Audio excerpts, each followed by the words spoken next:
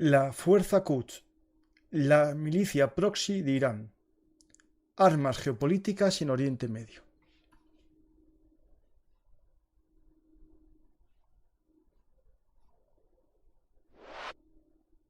Hola a todos, esto es Bellum Artis Actualidad Militar y soy Francisco García Campa y os voy a acompañar en este viaje para conocer la red de milicias proxy creadas por Irán, gracias a su mayor herramienta de desestabilización en el mundo, la Fuerza Quds.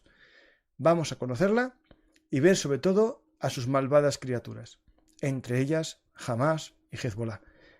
Empezamos este viaje de la mano de un amigo, Mariano de Miguel, nuestro experto en Oriente Próximo y Medio, doctor en Historia Contemporánea, con una tesis sobre los talibanes y su nacimiento, y por supuesto conocedor de todo el mundo del terror en esta zona del mundo. Os invito a ver los programas que tengo con él anteriores, en los que conocimos Irán, conocimos Irak, conocimos también, por supuesto, Afganistán, el Sahel y otros lugares del mundo como los famosos TAN de Oriente Medio, que también serán una zona muy importante para vigilar a corto plazo.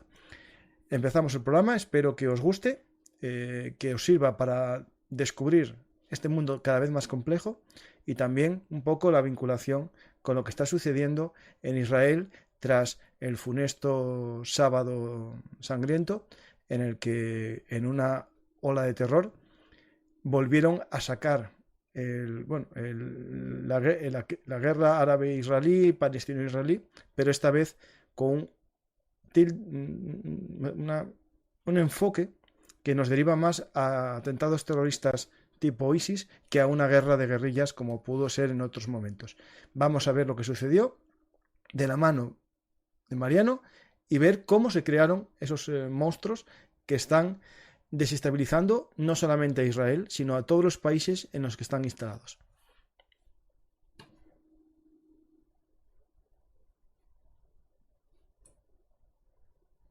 Hola Mariano, ¿qué tal? Hola Paco, buenas tardes. Encantado de estar con vosotros. Bueno, para hablar de un tema, como muy bien has indicado, complejo y que la semana pasada, digamos, hablando con términos más profanos, nos estalló en la cara a todos. Nadie se lo esperaba y estamos viendo todo lo que puede ser lo que mucha gente como Richard Lavevier, un autor francés, llamó la trastienda del terror, ¿no? Como a través de financiación, algunas organizaciones terroristas, tanto seculares como religiosas, han atentado pues por todo el globo, desgraciadamente. Y el último ejemplo lo tuvimos con el grupo palestino Hamas. Pues vamos a intentar explicar quién son los hijos de la bestia, ¿no? Porque yo lo tengo cada vez más claro, no tenía ninguna duda que está detrás de esto un Estado y el único Estado que tiene todas estas capacidades de guerra irregular, de cohetes, de drones, es Irán. Está allí, todo el mundo lo ve, ya no solamente como al principio que lo decía solamente los periódicos estadounidenses, ahora ya el gobierno estadounidense lo deja bien claro. Eso sí, nadie quiere escalar, ¿no?, a un conflicto abierto con Irán y Irán, bueno, un poco destruyendo a sus proxies. Hoy, por la mañana, hay la noticia del ataque al aeropuerto de Damasco, porque había aterrizado un avión con un líder político iraní y también algún tipo de suministro, porque eran varios aviones de carga. Hay también disparos de drones y artillería y cohetes desde el Líbano, de Hezbollah hacia Israel, y Hamas, que también está claramente vinculado con el movimiento, digamos, de Al-Quds, ¿no? Pues lo primero un poco, ver el por qué, ¿no? ¿Por qué Irán está interesado en desestabilizar toda esta zona, ¿no? Pues básicamente es, digamos, el ADN, el sustrato de la República Islámica de Irán. No toda la gente está a favor de ella, como se vio desde el año pasado No, eso sí. con lo que fueron los funerales de Mahsa Amini. Tiene un problema interno muy grave, pero en un principio, cuando Khomeini vuelve tras la caída del Shah, en febrero del año 79, se plantea una especie de triunvirato con fuerzas seculares, marxistas y los islamistas del Ayatolá. Pronto Khomeini da cuenta de esta gente, los elimina y se crea una constitución completamente islámica. Y en su principio no pasa solo también lo que es la liberación de Al-Quds, Jerusalén, ¿no? De hecho, cambia el nombre de, bueno, expulsa a los diplomáticos israelíes, cierra la embajada de Israel y la denomina con una nueva terminología que es Embajada de la Resistencia Palestina o Embajada de Palestina directamente. Pero por el contrario, Khomeini quiere una revolución islámica chiita global y hay países de la zona que tienen una población chiita, demográficamente hablando, bastante potente, ¿no? Estamos hablando de Kuwait, que es un 15-20%, estamos hablando en Irak, que ya en los últimos años ha pasado a ser 55-60, frente a los sunitas y a los cristianos que hay en la zona, también mínimamente en Jordania, otros países, obviamente como el Líbano, que hubo un cambio demográfico en un país muy complejo porque, no sé si lo comentamos alguna vez, pero aparte de ser un régimen confesional, el Líbano tiene un presidente que por ley ha de ser cristiano maronita, el primer ministro musulmán sunita y el presidente o portavoz del parlamento musulmán chiita. Es una época complicada porque los dos primeros grupos ha habido un cambio demográfico. Hemos visto que el chiismo ha crecido exponencialmente en Irán, ¿no? Entonces, en Líbano. En todo caso, Irán por lo que opta es por exportar la revolución, pues como en un principio, cuando nominalmente es agredido, y es verdad, Irak acaba invadiendo, añadiendo, como decía anteriormente, que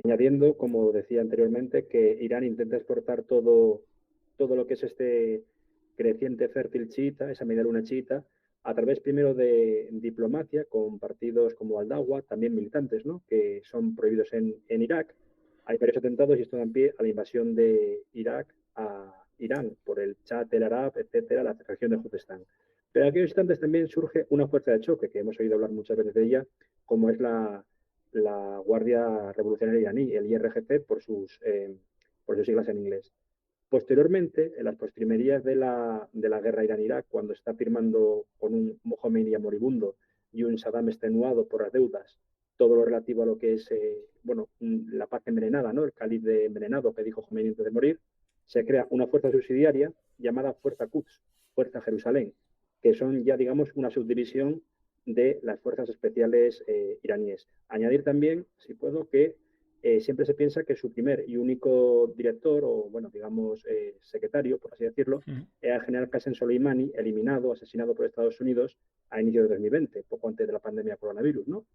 Y no, el primer director, sería más concreto llamarlo así, era el general Ahmad Bahidi, que posteriormente tuvo puestos de importancia como ministro de Defensa en Irán con Ahmadinejad, y hoy por hoy es el principal represor de las revueltas internas, siendo ministro de Interior con Ibrahim Raisi.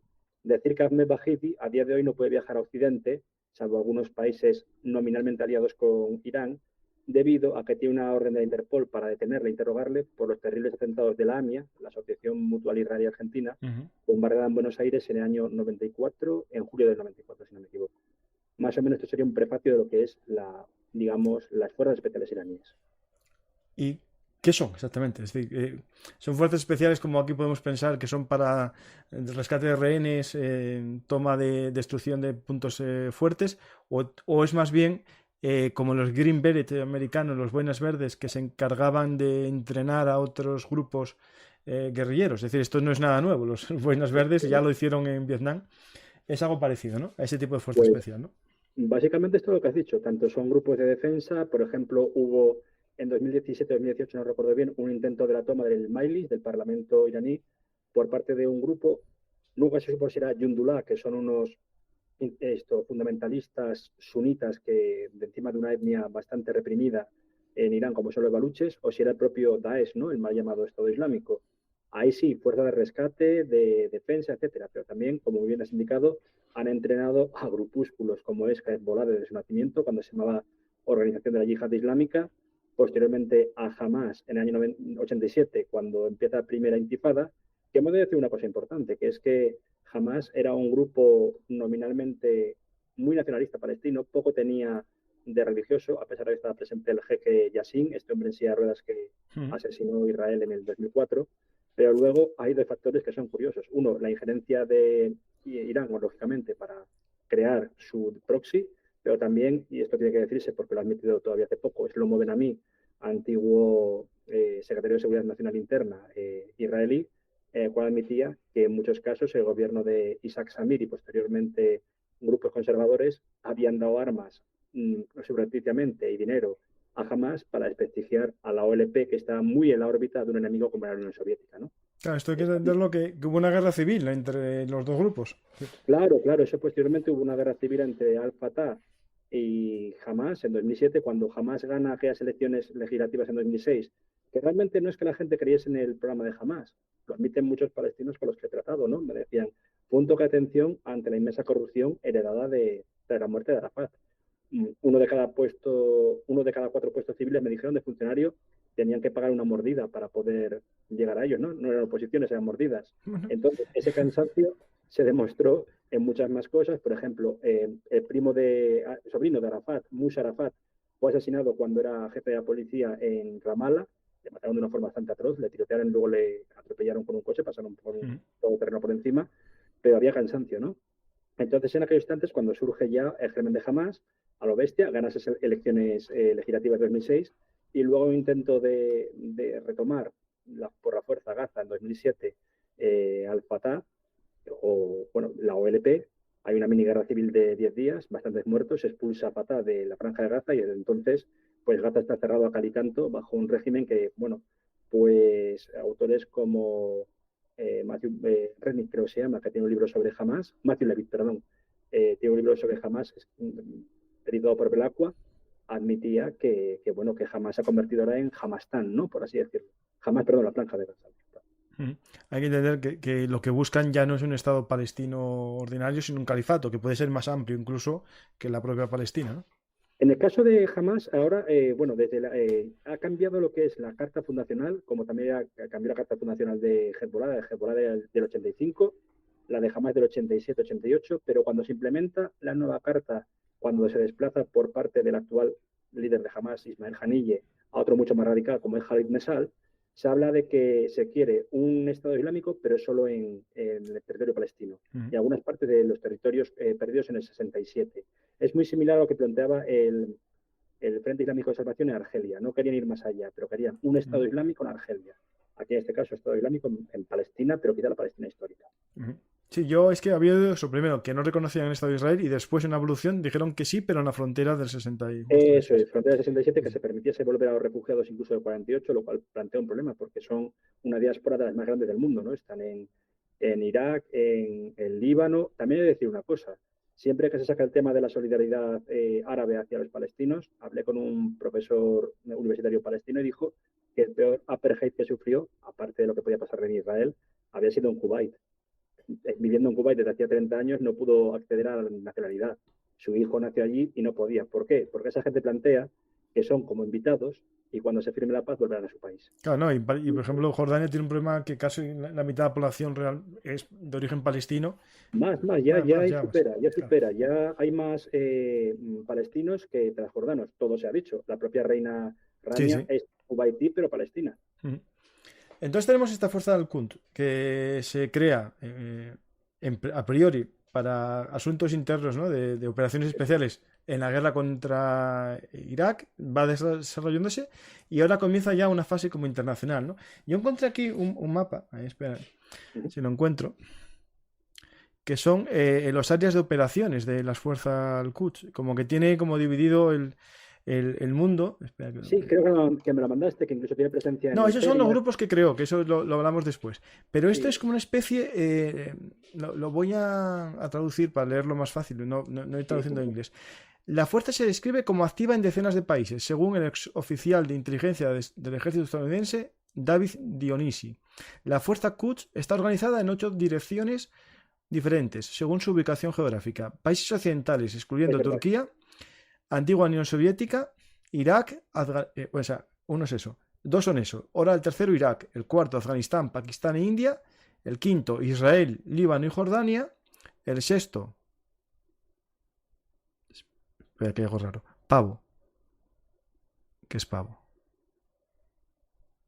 No, esto no es lo que es. Turquía.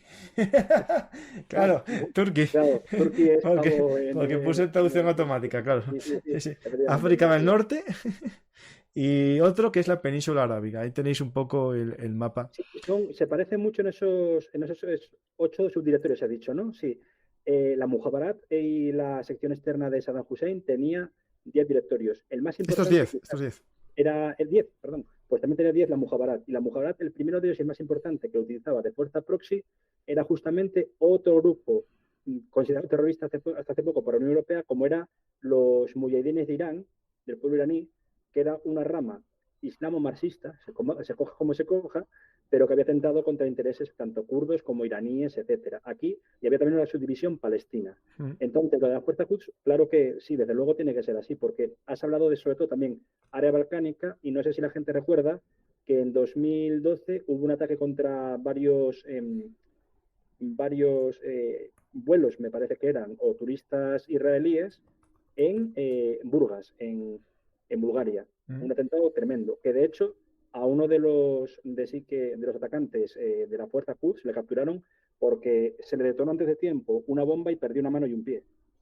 Entonces está juzgado en Sofía, creo que le ha caído la cadena perpetua, lógicamente, pero sí, el área de influencia también Chipre, en algunos casos, porque Chipre también fue un nido de espionaje durante los años 80, por una parte por la situación en Líbano, pero también lógicamente por la situación en Túnez, que ahí estaba la OLP, y bueno, pues en zona de lo que podríamos considerar el Levante, no el Levante lógicamente español, sino el Levante Oriente Medio.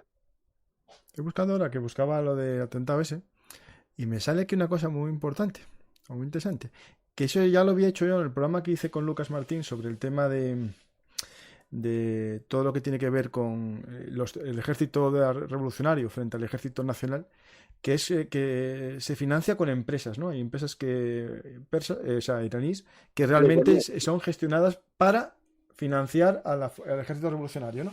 Eso es. Y aquí hace los vínculos de la compañía Mahan Air, que es una compañía aérea, directamente con la Fuerza al Quds. Bueno, es que de hecho, como pasa también en otros países como Egipto, ampliamente militarizados, donde hay un régimen militar nominalmente civil, Egipto bajo control militar, como es el Sisi, pues en Egipto es el 15% lo que es las Fuerzas Armadas que controlan el espectro económico. Ya en lo que es Irán hablamos del 32%. Bueno. Porque cuando cae lo que es el Shah, Khomeini rápidamente lo que hace es, primero y fundamental, hacer rebajas fiscales a los comerciantes del bazar. Entonces le dan su apoyo. También tiene vínculos con el ejército a los que muchos de ellos no los purga. Y a muchos pasaron de ser del ejército imperial iraní, es decir, del Shah, guardia del Shah, a pasar a ser del ejército revolucionario, de la guardia revolucionaria, perdón. Y unido todo eso, están también los boniats, que son como cofradías, en muchos casos de mártires de la guerra contra Irak, que mucho del dinero que recaudan, tanto para viudas, para huérfanos y demás, como también hace Hezbollah, pues se dedica pues a obra social, pero también para obra de ejército. Tienen desde... Es que el ejército está, por ejemplo, no estoy seguro si el club Persepolis de lo que es de fútbol y de baloncesto, pertenece en gran parte a lo que es el ejército, no directamente a la Fuerza Quds, pero sí a la IRGC. Es que dicen que se me va el sonido. ¿Es a mí o a Mariano? Para que me lo digáis.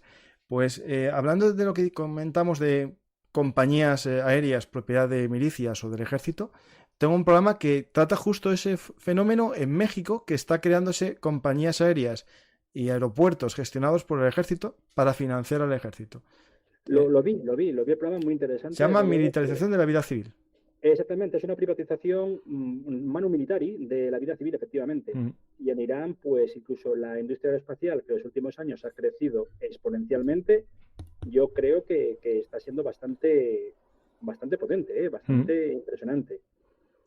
Pues tenemos esta Fuerza al Quds y vamos a ver un poco cuáles son su forma de actuar, es decir, a qué se dedica. Es decir, es un tema de solo espionaje, hace espionaje pero también actos terroristas, o se centra sobre todo en la intervención en terceros países mediante proxies, es decir, porque también sé que, por ejemplo, participó sus unidades en la guerra de Irak contra el ISIS, ¿no? Directamente.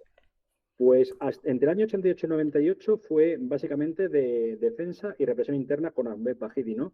En las postrimerías de la guerra Irán-Irak, con un Khomeini moribundo y cuando no se sabía quién podía ser el sucesor y si podía caer el régimen islámico, hay una revuelta kurda, una revuelta balochi, que es reprimida a sangre y fuego por Ahmed Bahidi, como dije anteriormente. En esos instantes, pues sí, la Fuerza Quds es una fuerza casi parapolicial, muy parecida o muy similar a los Basiji, estos voluntarios que, por ejemplo, si ven mujeres sin el velo por la calle, las podían agredir. El caso es que la Fuerza Quds evoluciona y poco a poco pues toma una forma que ya empieza a salir hacia proxies, ¿no? Lógicamente Hezbollah es uno de los principales beneficiarios, de la fuerza Quds, también Hamas, pero he de decir, y quizá, no sé si ahora me refrescas tú la memoria, Paco, creo que lo hablamos un poco por encima cuando colaboré contigo por primera vez acerca de Afganistán y los talibán, en el sentido de que todo lo relativo a lo que fue la intervención e invasión norteamericana de 2001 también tuvo en parte en zonas eminentemente chiitas de Afganistán, como era Mazar-e-Sharif, pues una intervención de la fuerza Quds, aunque esa ayuda nominal de la fuerza Quds se rompe a partir de cuando Estados Unidos mete a Irán en ese eje del mal, no sé si lo recuerdas, y unido a todo ello, pues luego sí, desde luego, desde 2006, la guerra de 33 días entre Hamas, Hezbollah, etcétera, contra Israel, y también cuando las primeras operaciones de castigo, que realmente son una barbaridad, por parte de Estados Unidos, disculpa, de Israel contra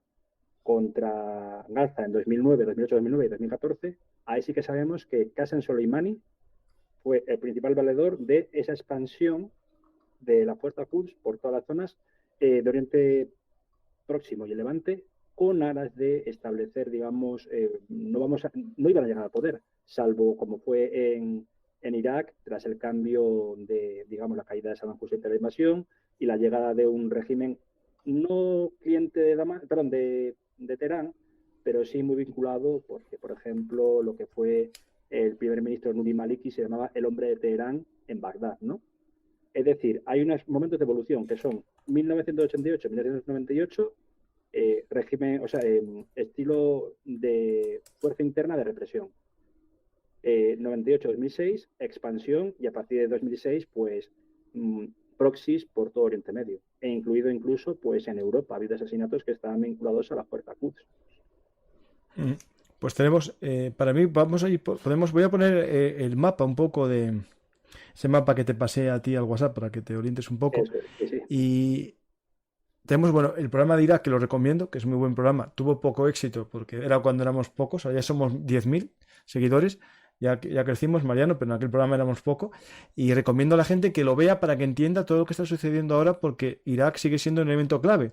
En caso de que haya una guerra con Irán, el papel de Irak será esencial, porque puede ser una correa de transmisión del ejército iraní para llegar a Israel, o que lo impida. Es decir, ahí están los dos puntos. Todavía sigue habiendo bases estadounidenses, ¿no? ¿Algún tipo de base o ya no hay nada? Yo creo que sobre todo la zona kurda. La kurda sí. En la zona kurda de Siria lo abandonaron malamente por culpa de Trump, fue una decisión de Trump, y se castigó a los kurdos nuevamente, porque no sé si sabéis, lo habréis visto estos días, también hubo una operación de castigo por parte de Erdogan bombardeando Irbil y Kirkuk, supuestas bases Rojava, por parte de la Fuerza Aérea Turca, aduciendo que eran bases del PKK. Pues aquí es muy similar. En lo que es en la zona del Kurdistán sigue habiendo alguna base mínima, pero sobre todo el problema es que en la zona chiita, al sur, principalmente Basora, sabemos que hay delegaciones diplomáticas iraníes que realmente lo que ocultan son elementos de la Fuerza Quds, operativos de la Fuerza Quds. Claro. Pues vamos a este mapa, que no sé por qué, me acaba de desaparecer, no lo encuentro en el ordenador. Pues aquí está el mapa Quds. Bueno. No. Un segundo, ¿eh?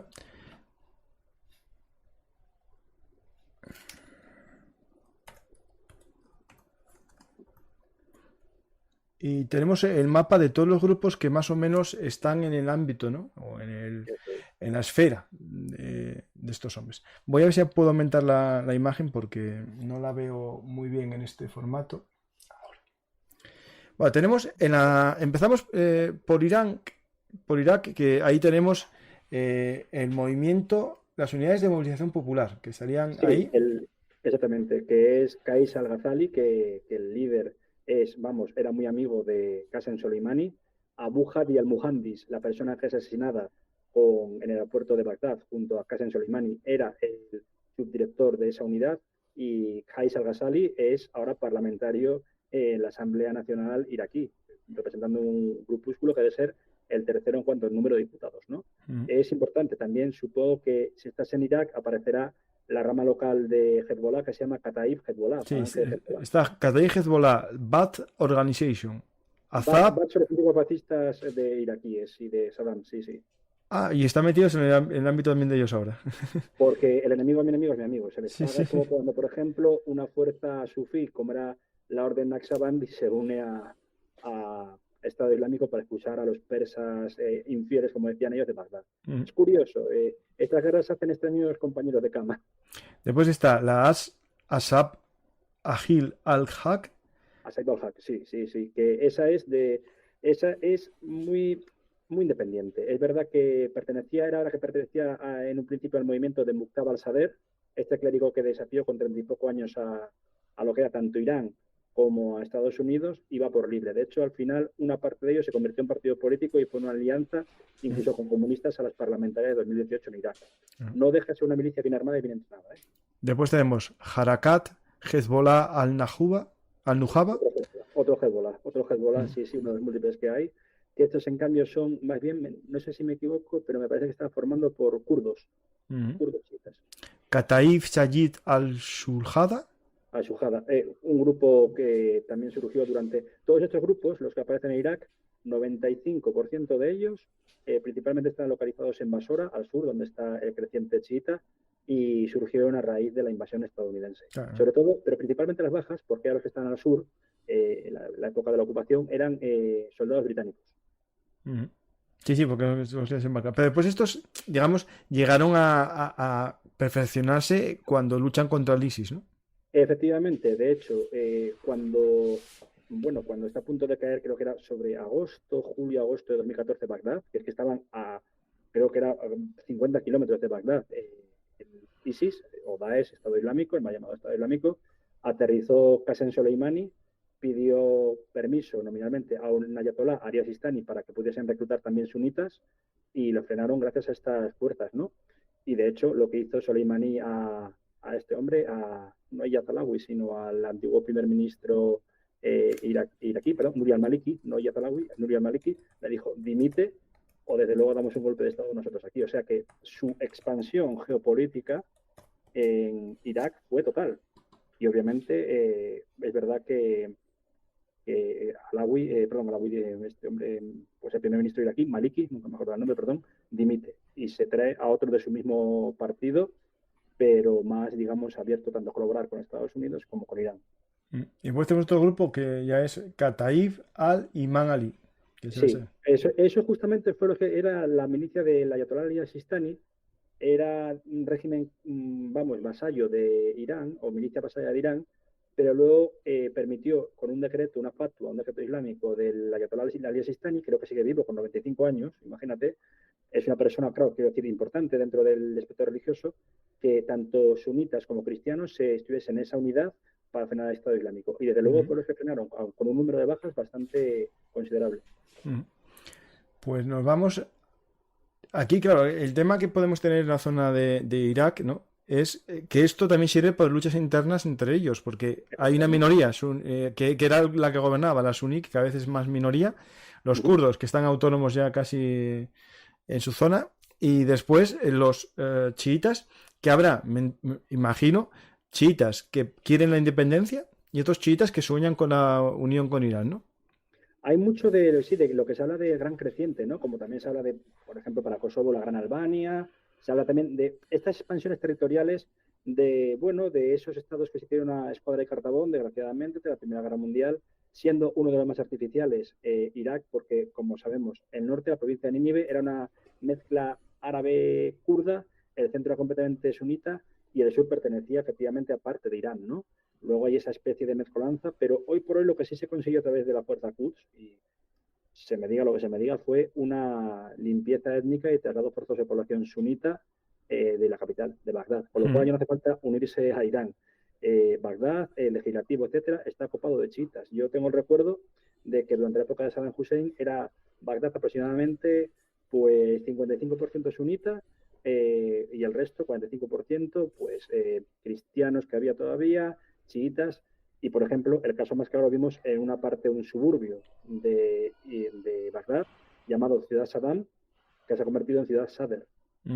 Es un completo, cambio y Bagdad, que creo que son aproximadamente 3 millones de habitantes, si no me equivoco, pues ahora 2 millones, 200.000, perdón, son chiitas. Ha habido una limpieza étnica total y gran parte de culpa de eso tuvo la Fuerza Quds, que dejó hacer las milicias y eran, vamos, racias completamente, ¿no? Sí. Pues vamos a seguir con el mapa para dejar, yo creo que al final los que son ahora los protagonistas de esta historia, ¿no?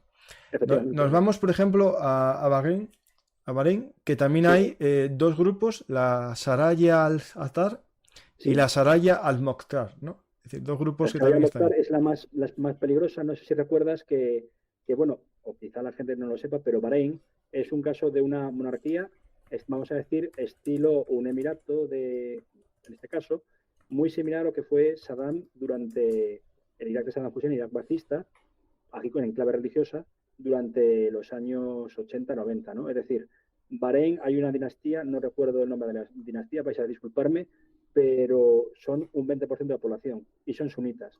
El 80% son chiitas. Procedieron muchos de ellos durante una época de migración comercial y económica de Irán. Son árabes ahora de nacimiento, pero su lengua está muy emparentada con el farsi, su lengua autóctona.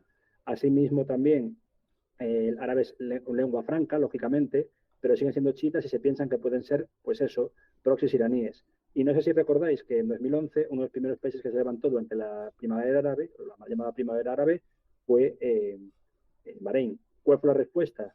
Del peor modo, las fuerzas policiales mataron a mucha gente diciendo que estaban vinculadas a estos grupos, principalmente eran médicos los que habían asesinado, que están ayudando a otras personas, y hubo una intervención y ocupación temporal de Arabia Saudí.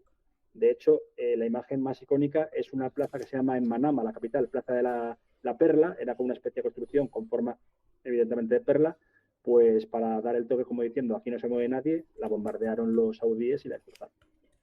Ello no quita que lo que son los proxies iraníes en Bahrein son muy potentes y en muchos casos hubo atentados espectaculares, si no me equivoco, en 2005 y 2006, que no fueron transmitidos a Occidente como siempre, pues porque se consideraba un conflicto regional, pero eran los tentáculos de la fuerza Quds, sin duda. Ujú.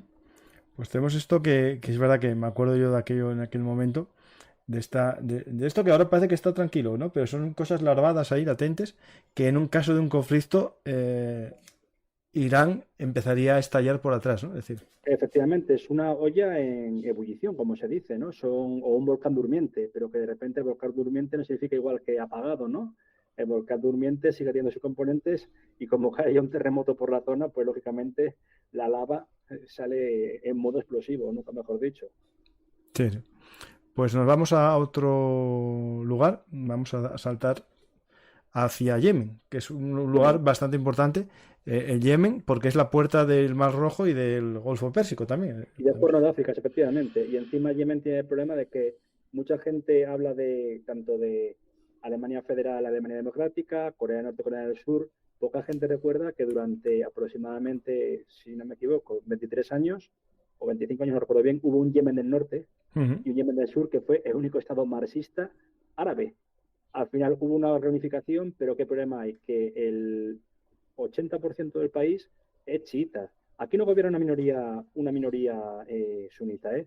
Pero el presidente, antiguo presidente, posteriormente que tiene que dimitir, vuelve, hay una lucha palaciega y es asesinado. Ali Abdullah Saleh se apoya al principio bueno, en milicias sunitas para acabar con un movimiento surrepticio. Al principio no muy amigo de Irán, como se llaman los huzíes, norte de la zona de Sanaa, de la capital, etcétera, que empieza a cobrar fuerza a raíz del asesinato de su líder en 2004, Malik al-Houthi. Empiezan a ganar poderío, se sabe que Irán estaba por detrás y cuando ocurre también la primavera árabe, el presidente Ali Abdullah Saleh es herido, casi se quema vivo, estuvo estar, bueno, más muerto que vivo y soportando operaciones de cirugía para reconstruirle la cara, las manos en Arabia Saudí y dimite. Pero surrepticiamente está atacando cada poco a su sucesor, a Mansur Hadi. ¿Qué ocurre? En 2017, o 2015, perdón, los hutíes toman Sanaa, se vuelve a dividir el país en dos y hay una especie de internacional, una especie de OTAN islámica, cuyo principal país es Pakistán, curiosamente un país no árabe pero sí musulmán, y es cuando también intervienen Arabia Saudí, Emiratos Árabes Unidos, etcétera, en Yemen lo que se llamó el Vietnam árabe, porque tuvieron una cantidad de bajas impresionantes. ¿Quiénes estaban controlando Sanaa y diversas zonas del país? Obviamente los hutíes. ¿A qué nivel hemos llegado ahora? A un nivel en el que, no quiero decir balcanización en Yemen, pero tenemos el norte controlado por los hutíes, un centro pues, controlado por milicias tipo Al-Qaeda y un sur en el que hay un gobierno de transición que intenta captar del mejor modo con todos. He de decir también que en un momento debido, Ali Abdullah Saleh, que le llaman el captor de serpientes porque iba cambiando de un lado a otro, pues al final recibió la mordida de la serpiente. Había roto con los hutíes, volvía a Sanaa para empezar a unirse al nuevo gobierno y la ametrallaron, la asesinaron. Entonces, es la guerra más cruel, la guerra más desconocida, con mayor número de víctimas probablemente, y donde, desde luego, también ha utilizado esas milicias hutíes Irán para dar, digamos, un toque de atención a su rival geoestratégico y político y religioso como es Arabia Saudí. No sé si recuerdas un ataque con drones que hubo en varias refinerías de Aramco allá por 2019, poco antes del confinamiento, 2019-2020, por los hutíes, pero esos drones, ¿de dónde podían salir únicamente? No tengo dudas ninguna. De hecho, tenemos cita para más adelante para hacer un programa sobre el tema este de Yemen, la guerra del Yemen, contarla entera. Lo digo para que la gente que quiera que se suscriba, que va a venir ese programa en breve. Pues nos vamos al mapa de nuevo, porque vamos dando vueltas con el mapa este, que está muy bien para entender. Es muy interesante porque, aparte que la infografía es muy detallada, que me pasaste, pues muestra cosas que en los diarios, en prensa normal, no aparece. Quizá también porque son muy técnicos, no vamos a negarlo. Pero si se rasca un poco la superficie de estos mapas, un mapa de esta manera, una cartografía, infografía de esta zona, puede dar a entender a la gente más que quizá tener que leerse un tocho de un libro de 300 páginas, por poner un ejemplo. Es decir, los mapas, curiosamente, son una fuente de información para estos casos muy potente. Sí, coincido contigo. Pues pero hay alguien que hace un super chat o algo. Muchas gracias, Bufón de la Corte, por el café. Muchas gracias. Vamos vamos al Líbano, ¿no? O a Siria. Sí. Bueno, a Siria primero. Donde tú prefieras. Tanto Siria como Libia son... Vamos a Siria. Libia. Es que Libia no está en el mapa porque está solo Asia. Claro. Vale, pues no. Perfecto. En Libia casi no tuvo presencia Fuerza Quds. Encima, es verdad que Libia fue un inciso rápido. El único país que apoyó a Irán durante la guerra contra Irak, pero fue apoyo porque cuando todos apoyaban a Saddam, pues para jorobar, Gaddafi apoyó a Irán. Era siempre la voz en contra. Pero Siria es el caso más extremo, de hecho. Pues tenemos ahí Siria. Vamos ahí que están varias milicias. Yo las digo, después tú ya hablas de ellas. La Ligwa Fatemiyun, la Ligwa Zainabiyun y la Ligwa al-Bakir. Vale. Ligwa Fatemiyun. La Ligwa Fatemiyun, curiosamente, es un proxy que combatió en la guerra contra el Estado Islámico y son hazara chiitas afganos. De hecho, su líder, Ali Reza Tabakuli, era un hazara que aparece en una foto con Qasem Soleimani. Murió en combate en 2015, creo que fue en la batalla de Deir al-Zor. Tengo aquí la foto, sí, con rasgos asiáticos. Con gafas de sol y que se ve básicamente que tiene rasgos asiáticos, ¿no? Como todo. Sí. Pues ese hombre murió en combate, pero es que encima ahí fue el mayor pauperismo por parte de la IRGC. Eran mercenarios, pero los pobres mercenarios cobraban $150 al mes. Esto es algo que no se nos olvidó destacarlo. El uso que está haciendo Irán de mercenarios de países pobres musulmanes. Minorías chiitas, exactamente. Sí, es cierto. Me dijiste la Ligwa Fatemiyun, que es por Fátima, la esposa del profeta. La segunda, ¿me puedes repetir el nombre? Disculpa. Bueno, espera. Sí, espera. La segunda, la Ligwa Zainabiyun. Zainab. Esas son, ves que cuando me dices el nombre me acuerdo de dónde proceden. Son pakistaníes chiitas, no hazaras, pakistaníes. Han combatido, me parece que en Afganistán, han combatido también en algún conflicto interno iraní. Y la última, si no me equivoco, que también has comentado, me parece que está formada por palestinos voluntarios que se integraron en milicias chiitas. Lo cual es curioso porque los palestinos musulmanes, la gran mayoría son sunitas.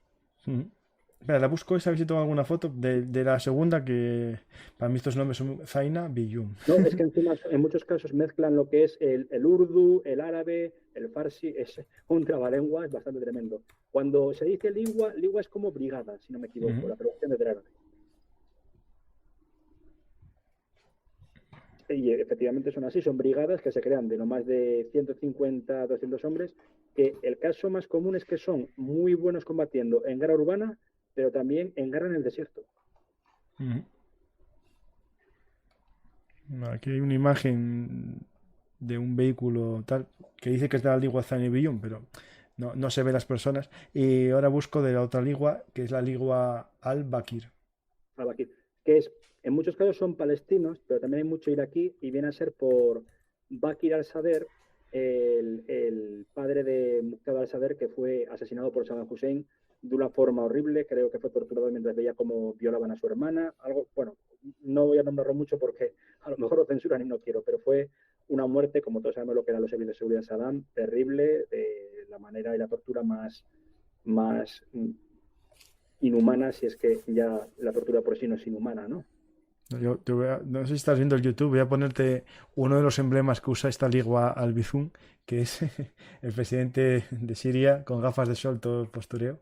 Sí, en postureo, y supongo que aparecerá una foto con el secretario general de Hezbollah, No, es Nasrallah. como una especie de emblema, como un escudo de estos de brazo, y le ponen... Sí, es verdad, ya sé cuándo. Pues sí, porque nominalmente todos son, vamos, probacistas y demás. Hay una cosa curiosa, esto es una alianza, lo que decimos de Siria, no pro tempore, pero sí, los que controlan Siria ahora mismo son los alawitas, que son una minoría dentro del chiismo, que es la minoría, son un 10%, pero leyendo un libro que no recuerdo si era Siria The New Revolt, no recuerdo bien el título, perdonad, en inglés, pues decía un diplomático sirio, son chiitas como nosotros, pero no nos gustan. Nosotros salimos de fiesta y vamos a discotecas, ellos no, son muy conservadores. Era gracioso, pero hay que hablar también de que hubo un momento, yo no sé si para poner todo también para que veamos la influencia de Irán dentro de la política interior siria, sobre todo a raíz de lo que fue la guerra civil que a día de hoy sigue, ¿no? Después de 12, 13 años, ¿no? No sé si os recordáis otro 18 de julio, hablamos de un 18 de julio como fue el de el 94 con lo de la AMIA, hubo uno en 2012 en el cual los primeros y principales asesores de seguridad del presidente Assad mueren porque les pone una bomba en la sede de los servicios secretos sirios, que se decía que fue la insurgencia, se decía que fue la rama de Al-Qaeda en Siria, el frente Nusra. Mucha gente dice que fue el propio Assad para librarse de ellos porque están diciendo, oye, mira, que Irán se está inmiscuyendo mucho en nuestros asuntos, que no tenemos una política interna propia, que lo mandan desde Teherán, que sí que nos ayuden está muy bien, como los rusos, pero esto es muy, muy fuerte. Y de hecho, al que le llamaban el carnicero del Líbano, Rustum Ghazali, que era un pariente encima de Assad, era el jefe de seguridad interna, pues lo mataron a golpes, al más puro estilo del Padrino, unos asesores iraníes, cuando les pidió que se fuesen de Deir al-Zor. Llegó, se bajó del coche, esta gente le atacó con barras de hierro y literalmente le partió el cráneo. O sea, lo que es la presencia iraní en Damasco, en la capital de Siria, es muy potente. De hecho, ¿dónde eran los países donde se iba a exiliar en un principio Assad si caía? Se habló de Minsk en Bielorrusia, de Caracas en Venezuela, que nominalmente Venezuela es un país que sí, considera que Siria es un país oprimido, etcétera. No, por el Imperio Español, ¿no? Sí, que el señor Assad es poco menos que el nuevo Gandhi, o en todo caso, que se fuese a Teherán, él con toda su familia. Entonces, vemos la influencia, y de hecho, la Guardia Republicana Siria está entrenada por la IRGC iraní. Acabo de encontrar otro mapa que te lo tengo que mandar porque este supera todavía en profundidad al que tenía antes. Que este amplía el número de grupos, sí, pero es un caos lo que hay aquí ahora mismo, ¿eh? Es decir, en Siria... Siria, contando los grupos insurgentes sunitas, estas milicias y demás, hay por lo menos 60 brigadas combatiendo. Estoy contando más de 40 solo de chiitas. O sea, de chiitas no, vinculadas con Irán, financiadas. Y el resto pues serán milicias sunitas, como por ejemplo Ahrar al-Sham, el Frente Nusra, Jais al-Islam, que son todas sunitas, encima bastante integristas. Es decir, esta gente no tiene en su mano o en sus principios que cuando cayese, si caería el régimen de Bashar al-Assad, se estableciese un régimen secular democrático, sino un Estado Islámico. Claro, estos que están aquí son todos pro gobierno de Siria, ¿no? Financiados por Irán, claro. Eso es. antes de ir a Hezbollah y a Hamas, este mapa nuevo añade vínculos que a algunos nos va a asustar. En Nigeria, con el movimiento islámico de Nigeria.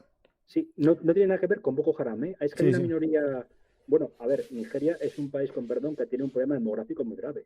Estamos hablando que son 220 millones de habitantes y los cálculos en progresión geométrica hablan que para fin de siglo serán 750 millones. Sí, sí. Sabemos que hay una especie de 51% de musulmanes frente al 49% de cristianos. Pero es que dentro de esos 51% de musulmanes hay una amplia minoría chiita, hay un jeque, o no sé cómo sería el término, un imán quizá, una persona que ha estudiado el Islam chiita, nigeriano, de la etnia yoruba, pero que estudió en Teherán y ha vuelto. Esta persona estaba bajo arresto domiciliario.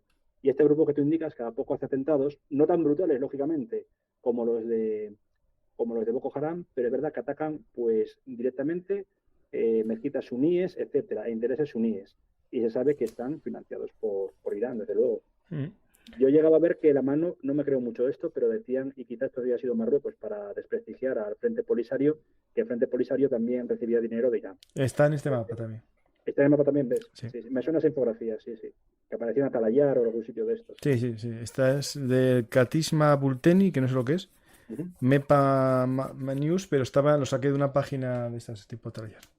Es decir, esto sí que da un poco, digamos, el miedo a la posibilidad de que empiecen a generar una guerra proxy. De hecho, mira, estoy leyendo un libro, no sabes si esta semana estuve hablando con Jorge Descallar, Sí, sí, el antiguo director de CNI, tiene un libro que es Bandera Falsa, y justo va de que los rusos mueven una guerra proxy entre el Frente Polisario y Marruecos. Pues no es descartable. Y a ver, incluso con películas, a ver, todavía otro día no cogía el sueño, como digo yo, y me puse, creo que fue a ver Neox, y estaba viendo esta película de Angelina Jolie que se llama Salt, que es como una especie de, bueno, de los sleepers rusos en Estados Unidos, y hay un momento que uno de ellos lo que quiere hacer es atacar con misiles Teherán y por otra parte, como es la Meca, diciendo que Estados Unidos para que todo el mundo islámico se levante contra ellos. Es descartable. No. Es descartable y da miedo, desde luego.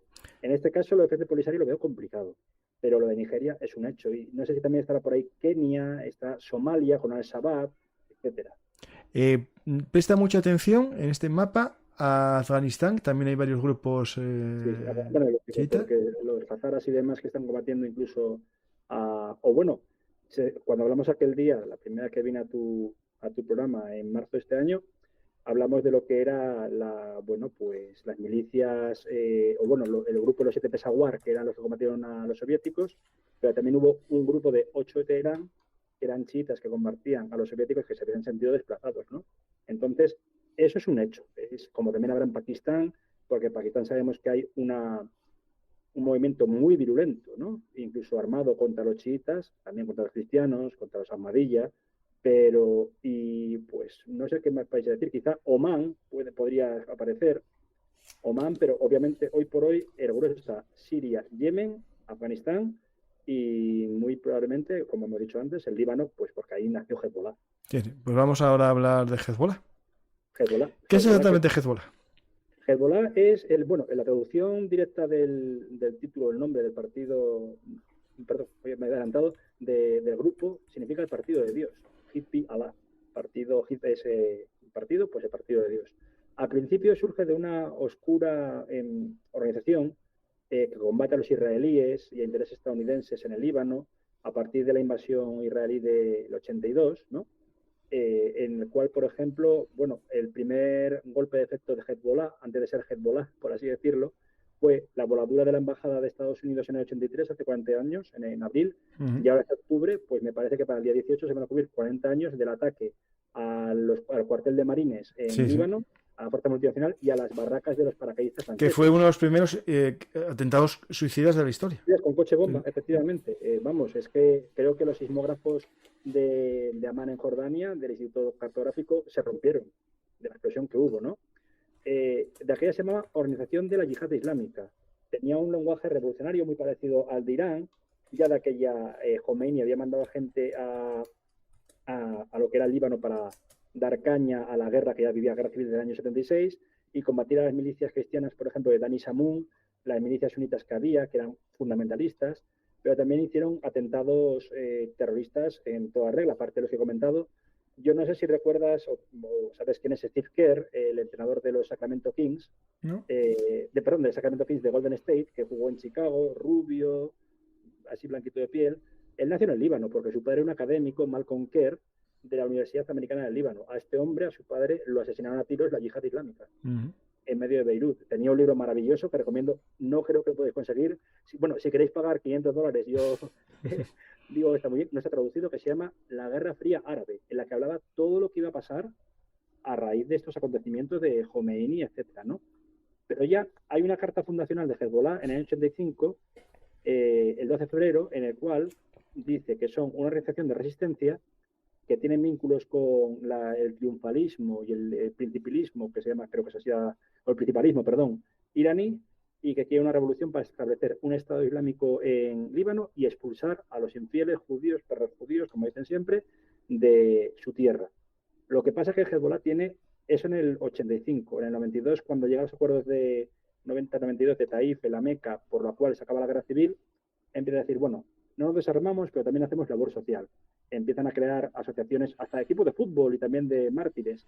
Y lo más fuerte es en el año 2000, cuando se les retira de su Vietnam propio, Israel, del sur del Líbano, se convierten en partidos políticos y acceden al Parlamento en una victoria, en un Parlamento de 125 diputados que tengan 9 diputados, es una victoria. Y ahora, claro, ese problema, ¿cómo es verdad que Hezbollah, con mucha lógica, por muchas organizaciones como la Unión Europea, etcétera, lo consideran una organización terrorista? Pero, ¿qué es realmente? ¿Un grupo de resistencia?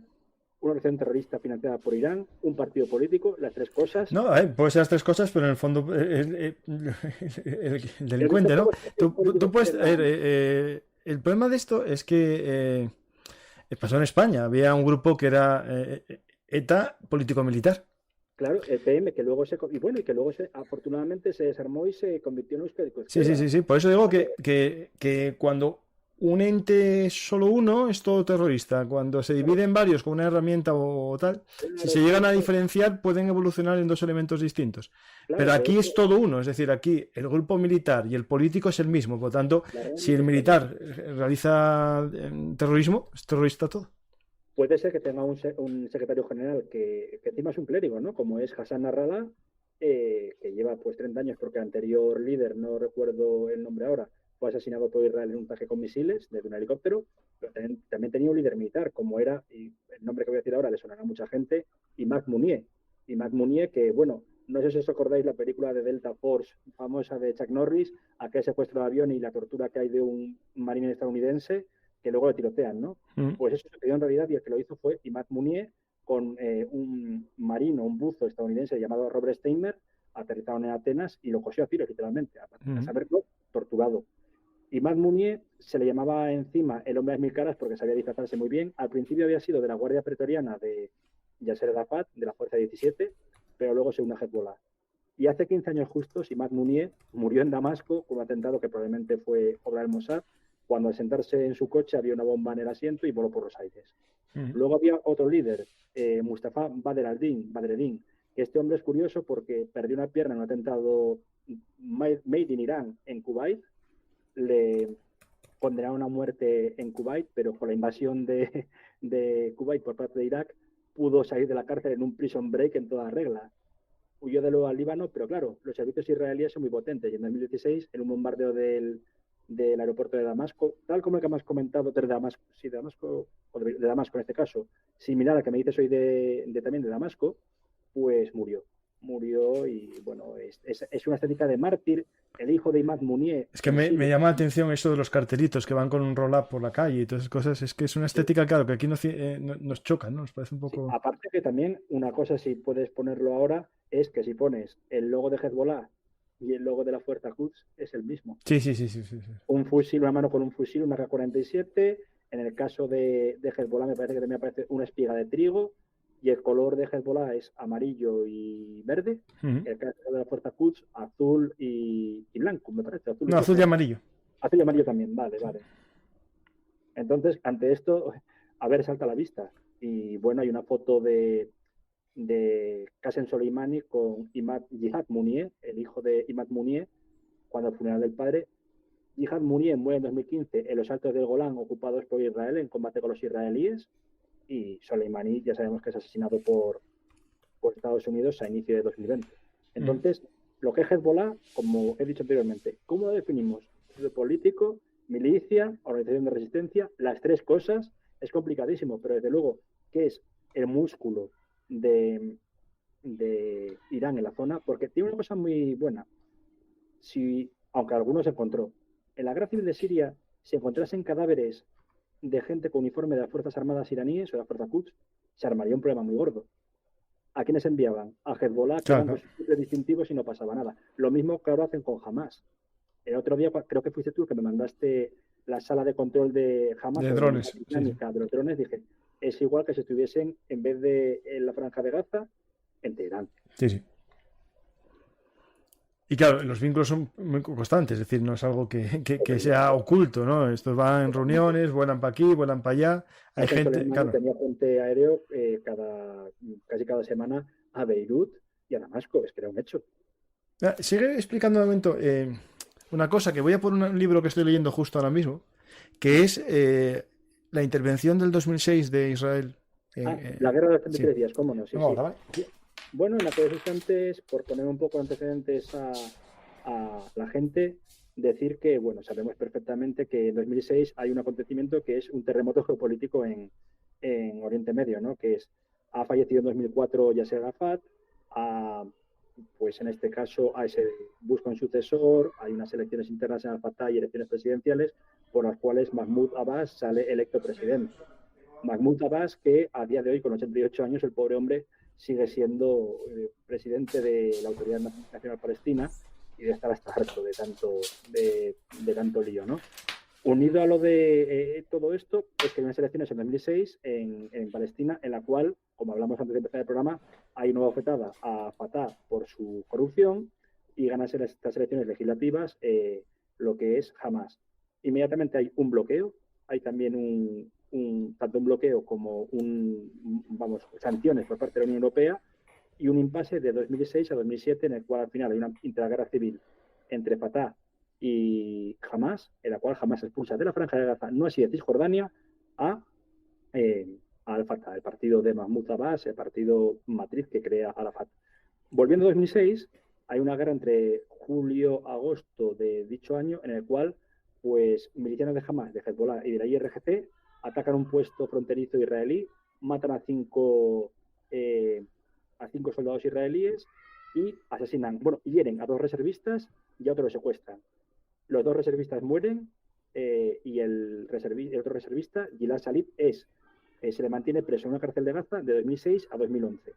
Cuando al final hay un trueque entre Israel, ya estaba Netanyahu, y Hamas para devolver el cuerpo de Erwin Goldwater, uno de ellos, el otro no me recuerdo el nombre, y también a Gilad Shalit, a cambio de ganada especial de cifra de 1.500 presos palestinos, más de la mitad de ellos de Hamas o Hezbollah. Claro. Cuando se secuestran estas personas, Israel empieza una guerra, una ofensiva por tierra contra la Franja de Gaza, de la cual ya se habían retirado los colonos, pero estaba bajo un embargo debido a estas elecciones legislativas.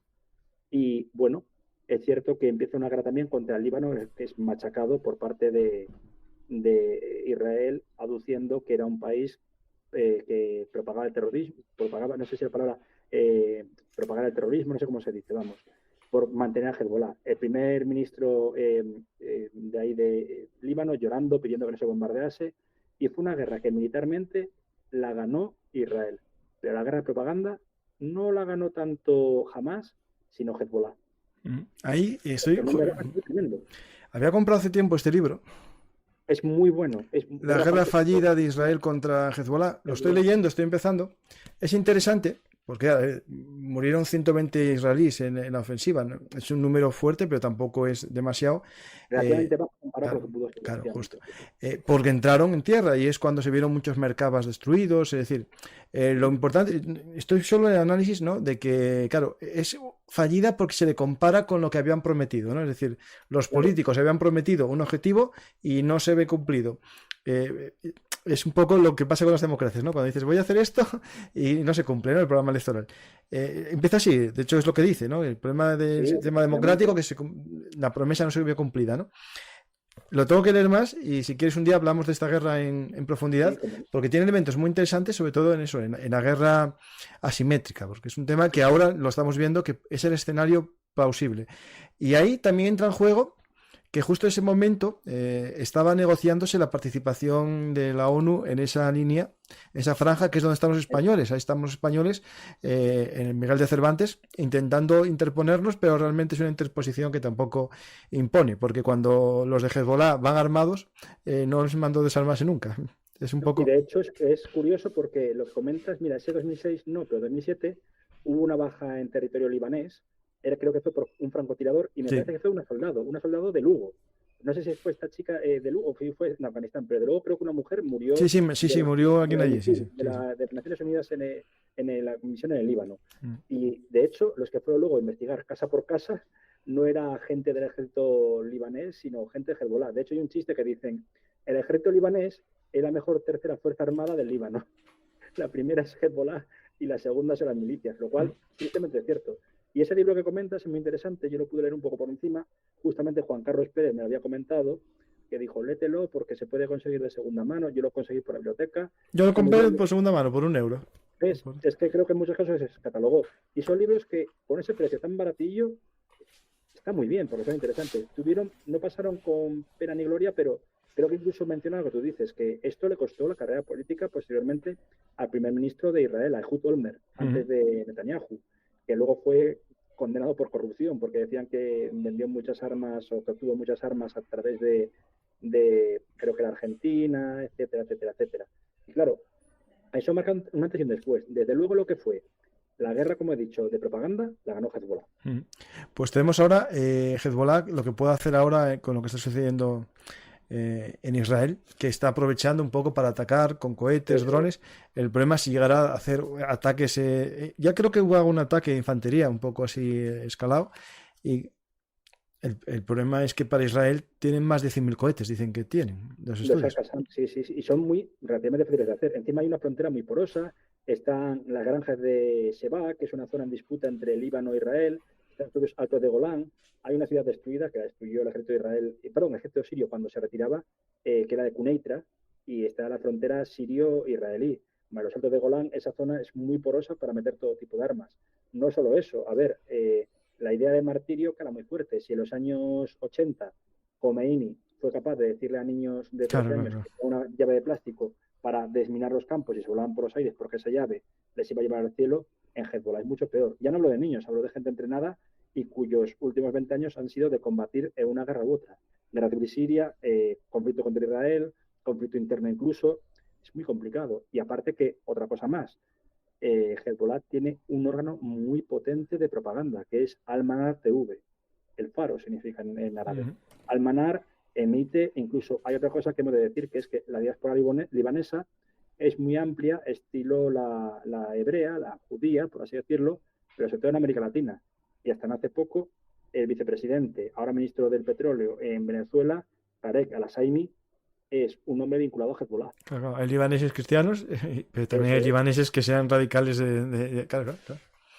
Sí, sí, Estoy sí. viendo un vídeo publicado por Hezbollah de motos Sí. intentando llegar hacia Israel para apoyar Y a...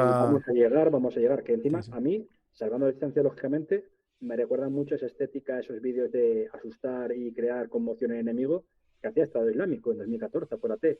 Vamos a llegar a Roma, vamos a llegar a tal sitio y vamos a cortar la cabeza. Esto es un poco más soft power, pero no deja de ser una organización terrorista y que ha utilizado métodos absolutamente execrables para intentar lograr sus objetivos, ¿no? Sí.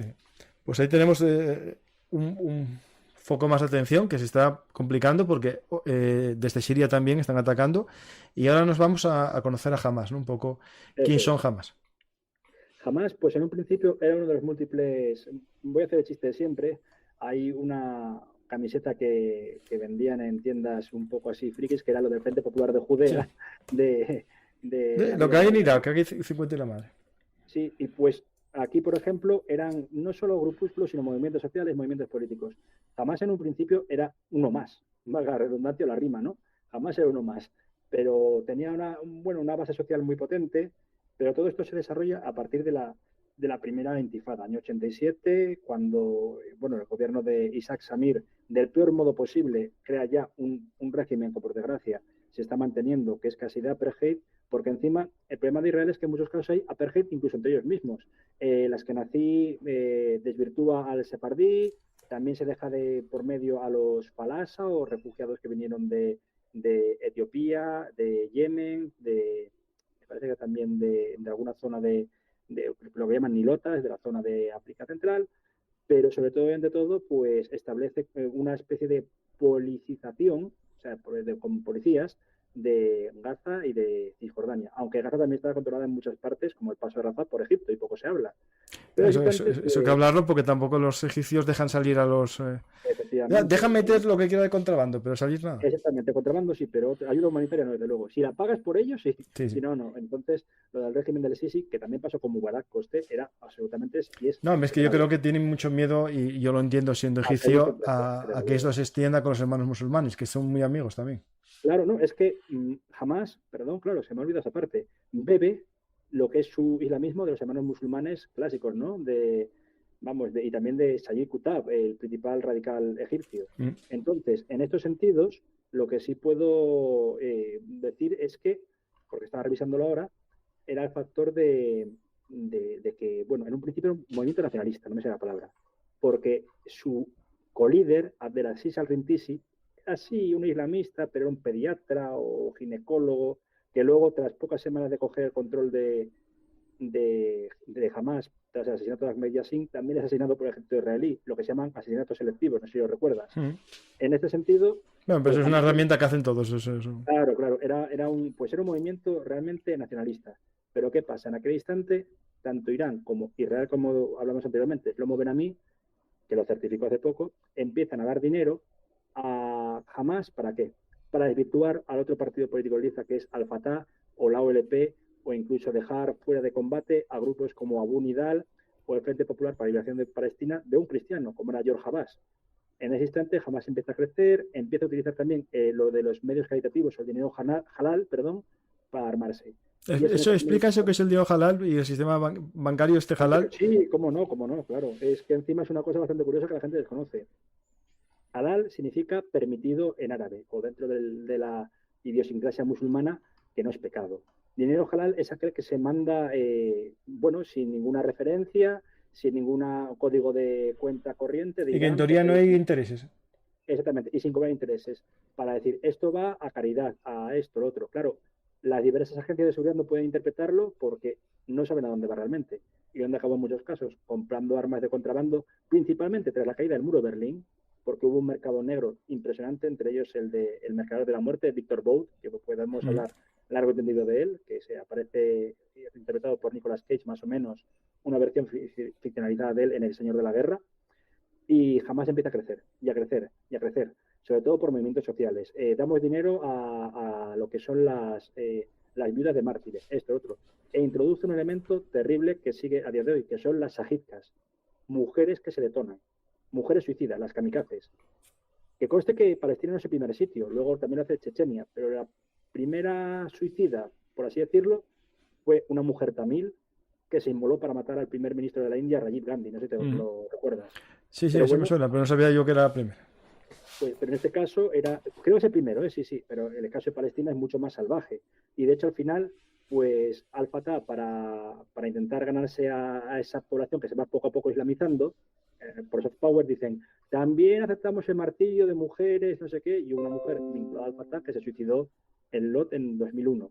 Pero es eso, la primera intifada lo que marca el camino, rompen con los acuerdos de Oslo del 93, no siguen sin reconocer al Estado de Israel y empiezan a crecer, y más aún a partir de la segunda intifada entre 2000 y 2005. Es en aquella época cuando surgen pues ídolos que se puede ver hoy, por ejemplo, en los mercados de la Franja de Gaza, esos típicos póster, pues está obviamente Ahmed Yassin, Abdelaziz Rintisi, pero también Yihi Ayaz. ¿Por qué es importante Yihi Ayaz? Le llamaban el ingeniero, porque era un ingeniero, pero un maestro de disfraz. Era si buscas el ingeniero de Hamas, era un muchacho que encima se cabreó de la manera más, vamos a decir, estúpida. No pudo salir de la Franja de Gaza para ir a estudiar a Inglaterra. Y se dedicó a aprender autodidacta a hacer explosivos. Y de hecho también era muy bueno disfrazándose. En una reunión, Isaac Rabin, poco antes de ser asesinado, dijo: me da miedo que uno de los que está aquí sea Yihya Ayaz disfrazado. ¿El que mataron en Malasia? No, el que mataron en Malasia es más tardío. Yihya Ayaz es Yahya, escrito Y-A-H-Y-A, espacio A-Y-A-S-H. Yahya Ayaz, o el ingeniero de Hamas. Le mataron de un modo curioso. Eran los primeros tiempos de los teléfonos móviles y le metió en la tarjeta SIM una bomba. Ah, ¿en la tarjeta SIM? La tarjeta SIM. Le metió una bomba, sí. Le dijo que tenía que llevar a arreglar el teléfono móvil. El que se lo arregló era un colaboracionista con Israel o a sueldo del Mossad. Pusieron una pequeña carga C4, le llamaron y le dijeron: ¿usted es Yahya Ayaz? Dijo: sí. Fue su sentencia a muerte. O sea, no le cayó una bomba al teléfono, no. O sea, le estalló el teléfono. Sí, le arrancaron la mandíbula. Bueno, terrible. Hay imágenes por ahí.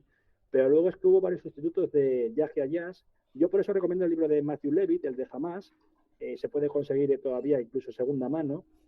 Y también acerca de Hamas es un libro, y también tiene Matthew Levitt, L-V-I-T-T. Espera, sí que tengo la foto de Yahya Ayaz. Sí, pues Yahya Ayaz era el ingeniero de Hamas. Luego también Hamas acabó uniéndose a otro grupo islamista que está vinculado a Irán, como es la Yihad Islámica, y todos estos, bueno, cuando empiezan a ser expulsados de la Franja de Gaza por los propios palestinos, ¿dónde tienen su santuario? O en Teherán, o en un régimen amigo de Teherán o de Irán, como es la Siria de Hafez y Bashar al-Assad en Damasco. Entonces es curioso porque todos estos grupos son vinculados a los hermanos musulmanes, y Hafez al-Assad y Bashar al-Assad odian a los hermanos musulmanes, pero como son enemigos de Israel, permiten estar en su territorio. Claro, aquí esto va por enemistad. No hay amigos, pero todos son enemigos. Aquí el enemigo de mi enemigo es mi amigo, sí, desde luego.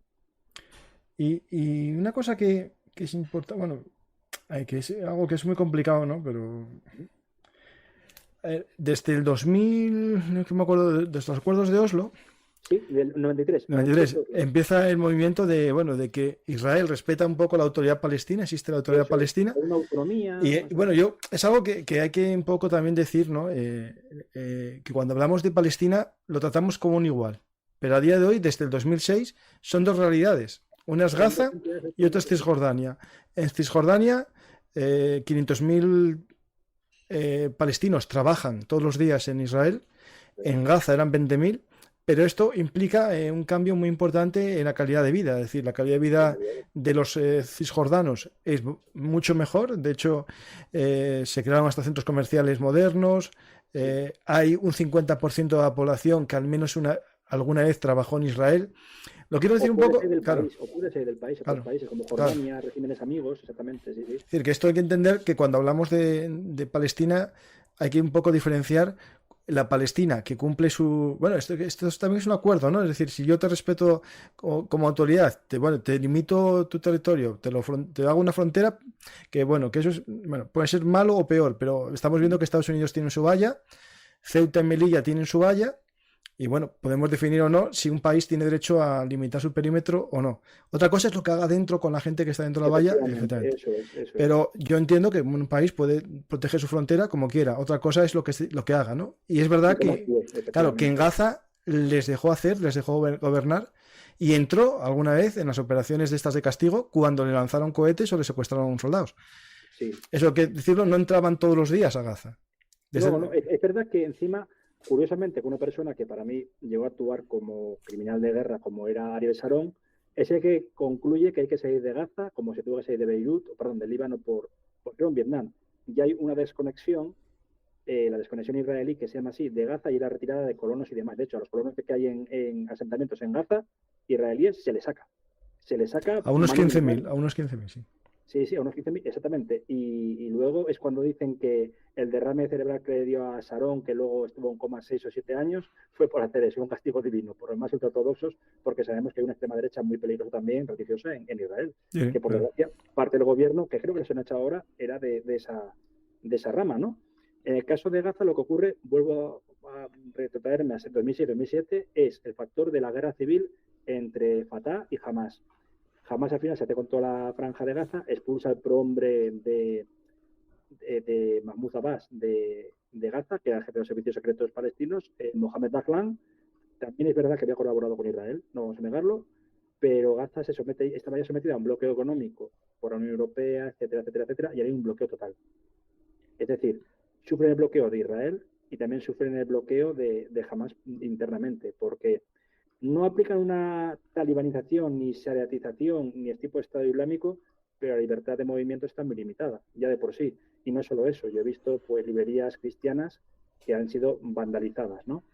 Incluso la población de a pie no está a favor de Hamas. Ellos dicen que en muchos casos votaron a Hamas, pues desgraciadamente por el acontecimiento que hablábamos antes, la excesiva, ¿cómo diría yo?, corrupción de Al-Fatah. Cuando huye la mujer o la viuda de Arafat a Túnez, casi no despega el avión por todos los sacos de dinero que llevaba, lo digo en serio.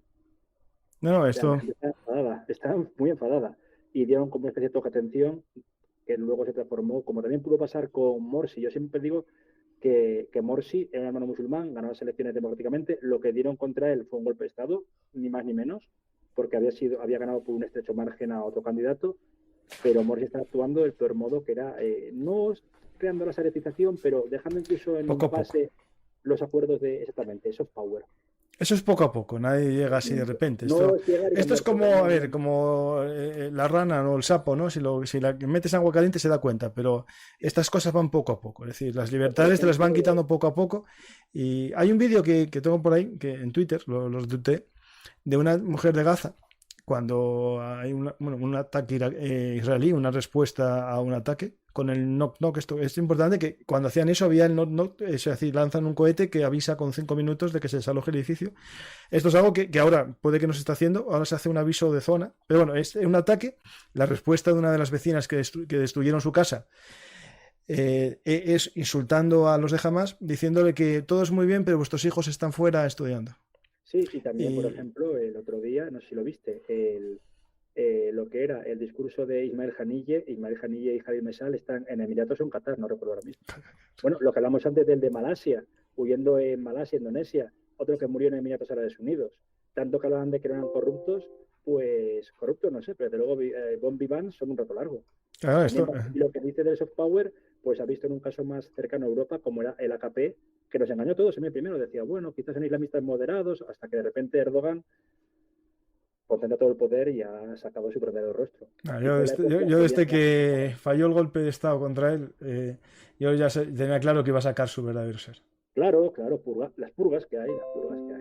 No quiere decir eso que, por ejemplo, Al-Fatah sea lo mejor del mundo, pero lo que tú dices, incluso tiene un tirón de orejas a favor de Al-Fatah los norteamericanos cuando la operación en Jenin y en Ramallah casi matan a los israelíes a Arafat, y dijeron los norteamericanos, oye, hasta aquí. ¿Qué coño estáis haciendo? Si encima estamos a punto de invadir nosotros Irak, dejarnos algo tranquilos. Y es verdad, pues sí, fue en 2002 muy sangriento en Palestina. Sí, es un mundo muy complejo pero que lo de buenos y malos es muy fácil calificarlo, pero no es tan fácil. Y no es tan fácil decir, los palestinos son todos los mismos. No es lo mismo los de Cisjordania, no es lo mismo los que quieren convivir, sabiendo que es imposible a lo mejor hacerlo fácilmente, a los que quieren que nadie conviva y están haciendo esto. Yo, en esto de Hamas, yo creo que aquí hay como una especie de canto del cisne, ¿no? Lo voy a decir yo claramente, mi pensamiento, que lo dije en otros programas, y a ti, Mariano, que eres un experto en la zona, a ver si coincides conmigo o no, porque yo tengo mi pensamiento. Desde que las grandes fortunas de Qatar, de Dubái y todos estos países empezaron a ver que primero el dinero que daban para la reconstrucción de Gaza se empezaba a gastar en otras cosas, ¿no? En armas. En que esas armas las gestionaba Irán. O eran claro. Desde que el hormigón que se hacía para los edificios, la mayor parte se usó para hacer búnkers y para hacer los túneles, que estoy poniendo una foto aquí, que la ferralla se usaba para eso. Un vídeo que acabo de poner en Twitter, que lo quiera ver, que lo busque, cómo quitan las tuberías del agua de la ciudad para hacer los cohetes que lanzaron. Es un vídeo propagandístico del 2021 de Hamas. Es decir, empiezan por ahí. Después empiezan los acuerdos de Abraham. Es decir, el mundo árabe comienza a ver la posibilidad de que esta guerra no tiene sentido, de que los palestinos tienen que ceder algo y los israelíes también, y que a lo mejor la única solución son dos naciones vecinas. Vale. Compartiendo capitalidad, Jerusalén Oriental. Vale. Sí, o eso a lo mejor es más difícil todavía a largo plazo, pero que la autoridad palestina se convierta en un Estado. El problema es Hamas. Hamas es el que nadie quiere y lo saben todos. Por eso se tiran a Irán, se van a Irán. y nadie hablaba ya de Palestina como desde el punto de vista, digamos, de un problema real, sino una especie de problema larvado. Sí. Cisjordania estaba viviendo bien y estos necesitan llamar la atención. Y lo que hacen es esto, ¿no? Ahora, ¿quién les empujó? Si Irán, si otro país que está en guerra con otro. Yo creo que es Irán, por lo que acaba de decir ahora, perdona, de los acuerdos de Abraham. Irán vuelve a ser un paria. En muchos casos, países que estaban diciendo que se le levantase las sanciones a Irán por el tema de cuando se salió del acuerdo nuclear Estados Unidos con Trump, que fue una cagada realmente, pues ahora dicen que se le imponga sanciones de nuevo por su represión interna, por el apoyo a Hamas, pero sobre todo y ante todo porque el presidente que lleva desde 2021, Ibrahim Raisi, es un fundamentalista. Y hay gente que quiere el cambio en Irán. Irán, junto con la Franja de Gaza, es un país, la Franja de Gaza no, pero quiero decir, comparado en población, es población muy joven, 30, 35 años, Sí, no sí. de media. No ha vivido la guerra Irán-Irak. No quieren saber nada de eso, quieren vivir como cualquier persona y están harta de un régimen que le está, bueno, pues subyugando, ¿no? Eso es el mejor de los casos. O obligándoles a emigrar, o que no tienen futuro cuando tienen titulaciones superiores, como mucha gente en Gaza también. Entonces, ya el primer toque de atención, creo que podría decirse que vino, no sé si recuerdas, el bloqueo a Qatar durante 4 años, yo creo que llegó hasta más allá de lo que fue la desescalada de la pandemia. Estuvo pues únicamente apoyado Qatar por todo el tema de dinero turco, principalmente, luego por el tema del mundial, pero es que estuvo siendo un paria, pues porque ¿a quién tenía en la ciudad de Qatar, en la capital, no recuerdo el nombre? Pues tenía gente de Hamas, a gente de los hermanos musulmanes, y eso, Arabia Saudí y Egipto no se lo perdonaron, porque fueron los principales. De hecho, Qatar tuvo suerte de no acabar siendo un Doha, Bahrein o Doha, un Yemen. Doha, Doha. gracias. Los acuerdos de Doha, claro. Exactamente. Y por ejemplo, ahora también comparando, por eso digo que no hay que mirarlo todo, como bien indicas, desde un punto de vista de negro, blanco, malos, buenos. En los acuerdos de Abraham se dejó de lado a gran parte de la población palestina, sobre todo al Fatah, culpándoles de corrupción y de haber dejado hacer a Hamas. Que no era culpa suya, es que no podía literalmente. Es como cuando esos acuerdos de paz entre, que encima fue Trump, no fue Biden, y no estoy defendiendo a Joe Biden por todo lo que hizo luego en Afganistán, pero ese acuerdo de paz entre Talibán y Estados Unidos para retirada, coño, es que contaron con el gobierno afgano. Sí, sí. Pues aquí igual no se contó con Al-Fatah, con el gobierno de la Autoridad Nacional Palestina, etcétera. Por eso digo que los acuerdos de Abraham se pueden ampliar, pero siguen siendo muy envenenados siempre que no se cuente con la gran mayoría de los implicados, que son la población palestina. No jamás quiero decir, ¿eh? Pero no yo creo que los acuerdos de Abraham, a lo mejor a los palestinos, mientras consiguen su autonomía y que una vez que haya paz, yo creo que al final la riqueza llega, porque en Cisjordania aumentó el PIB bastante, y en Gaza, que siempre viven en guerra, se disminuyó y viven digamos, sin nada. Muchas cosas más lo que tú dices, no voy a decir que la respuesta israelí ha sido tremenda, para mi entender, que ha sido muy... Y si hay una ofensiva por tierra, puede volverse otra vez un nuevo Vietnam. Pero es que, primero todo y fundamental, la gente de Gaza está muy cansada. Es que no quiere una guerra.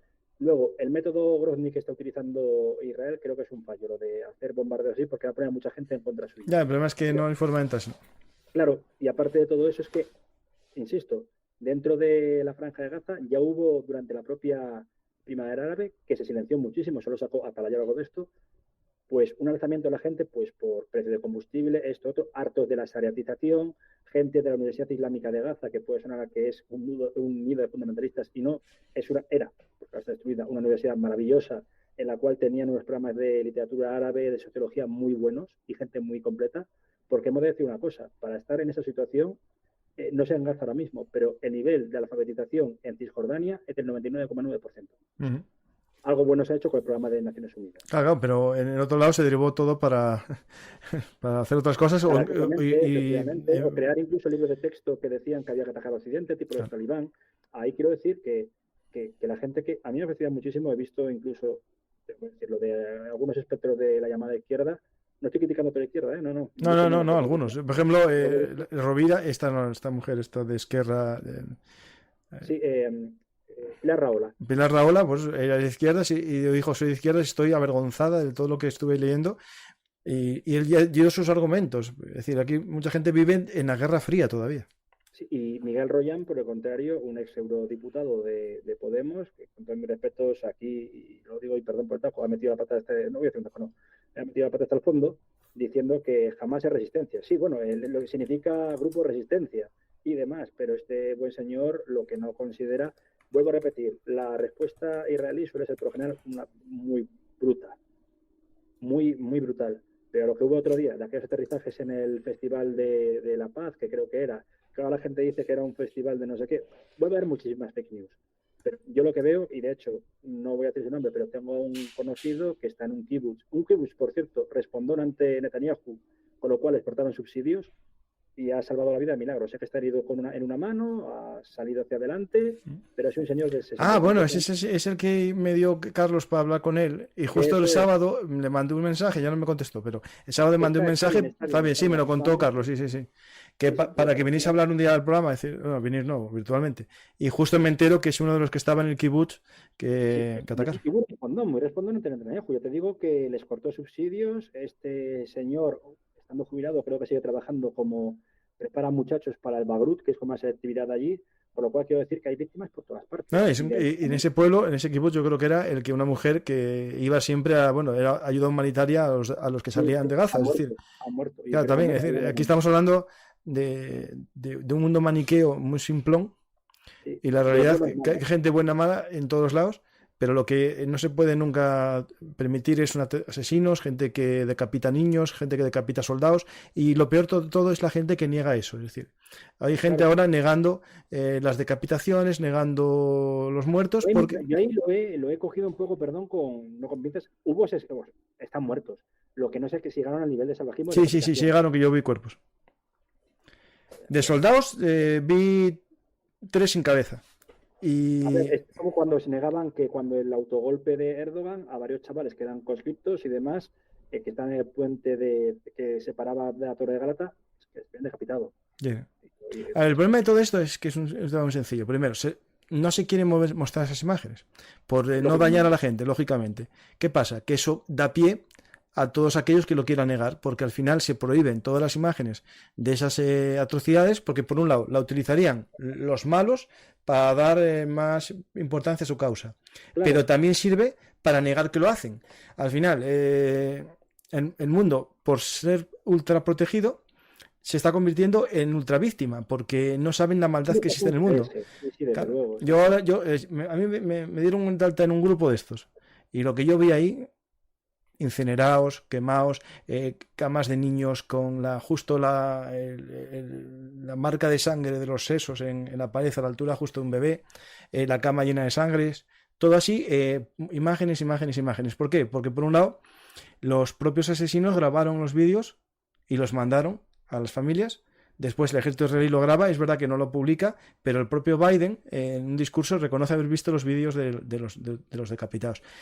No son los 40 bebés del kibutz, los 40 niños los que están decapitados. Eso lo dejo aquí bien claro. Es 40 niños, muchos de ellos decapitados. Vale, vale, vale, vale. No Es los que, 40. claro, lo tuve que coger un poco con pinzas porque, a ver, puede ocurrir desgraciadamente. Hemos visto, a ver, por poner un ejemplo, hubo un momento, enlazando todo esto con la brutalidad de la guerra y demás, cuando la ocupación estadounidense de Irak, tengo el recuerdo de que por culpa de parece tontería, pero sí, por culpa de las milicias vinculadas a Hezbollah, en la zona del distrito sur de Bagdad, o ciudad Sadr, se cortó la luz y se dejaron de exportar taladros de Black and Decker. Creo que sabes por qué. No me imagino. Se Sí, sí. utilizaban para torturar. Ya, ya, sí, sí. Lógico, lógico. Entonces, hay un libro muy bueno creo que de Javier Espinosa, que era, bueno, estuvo secuestrado por la rama, no sé si fue por Estado Islámico, por la rama de Al-Qaeda en Siria, que está casado a la par con la viuda de Julio Fuentes, que fue asesinado en Afganistán, y comentaba que lo que vio en Irak era auténtica barbaridad, barbarie. Y que se habla mucho de lo que hicieron los sunitas, es decir, Al-Qaeda en Irak, que luego se convierte en Estado Islámico de Irak, Daesh, con este hombre, con Zarqawi, que es una historia curiosa. Ese tipo empezó siendo un chulo de prostitutas, un proxeneta, vamos, y Es cuando típico iban estas por... conversiones de Y de asesinos repente la familia, tío, sí, sí, no, sí. son asesinos convertidos en asesinos religiosos. Toma ahí. Vamos. Sí, sí, sí, es una Sí. cosa terrible. Y luego está, por ejemplo, lo del clan Dogmus, que no se habla tampoco, que es un clan de origen turco establecido en Franja de Gaza desde fines del siglo XIX, Dogmus o Dumus, no sé cómo se dice bien, y que son traficantes de armas que han vendido armas a quien más le interese. Se ha vendido a Hezbollah, no le ha importado nada. Sé que al final hubo incluso un intento de jamás de matarles.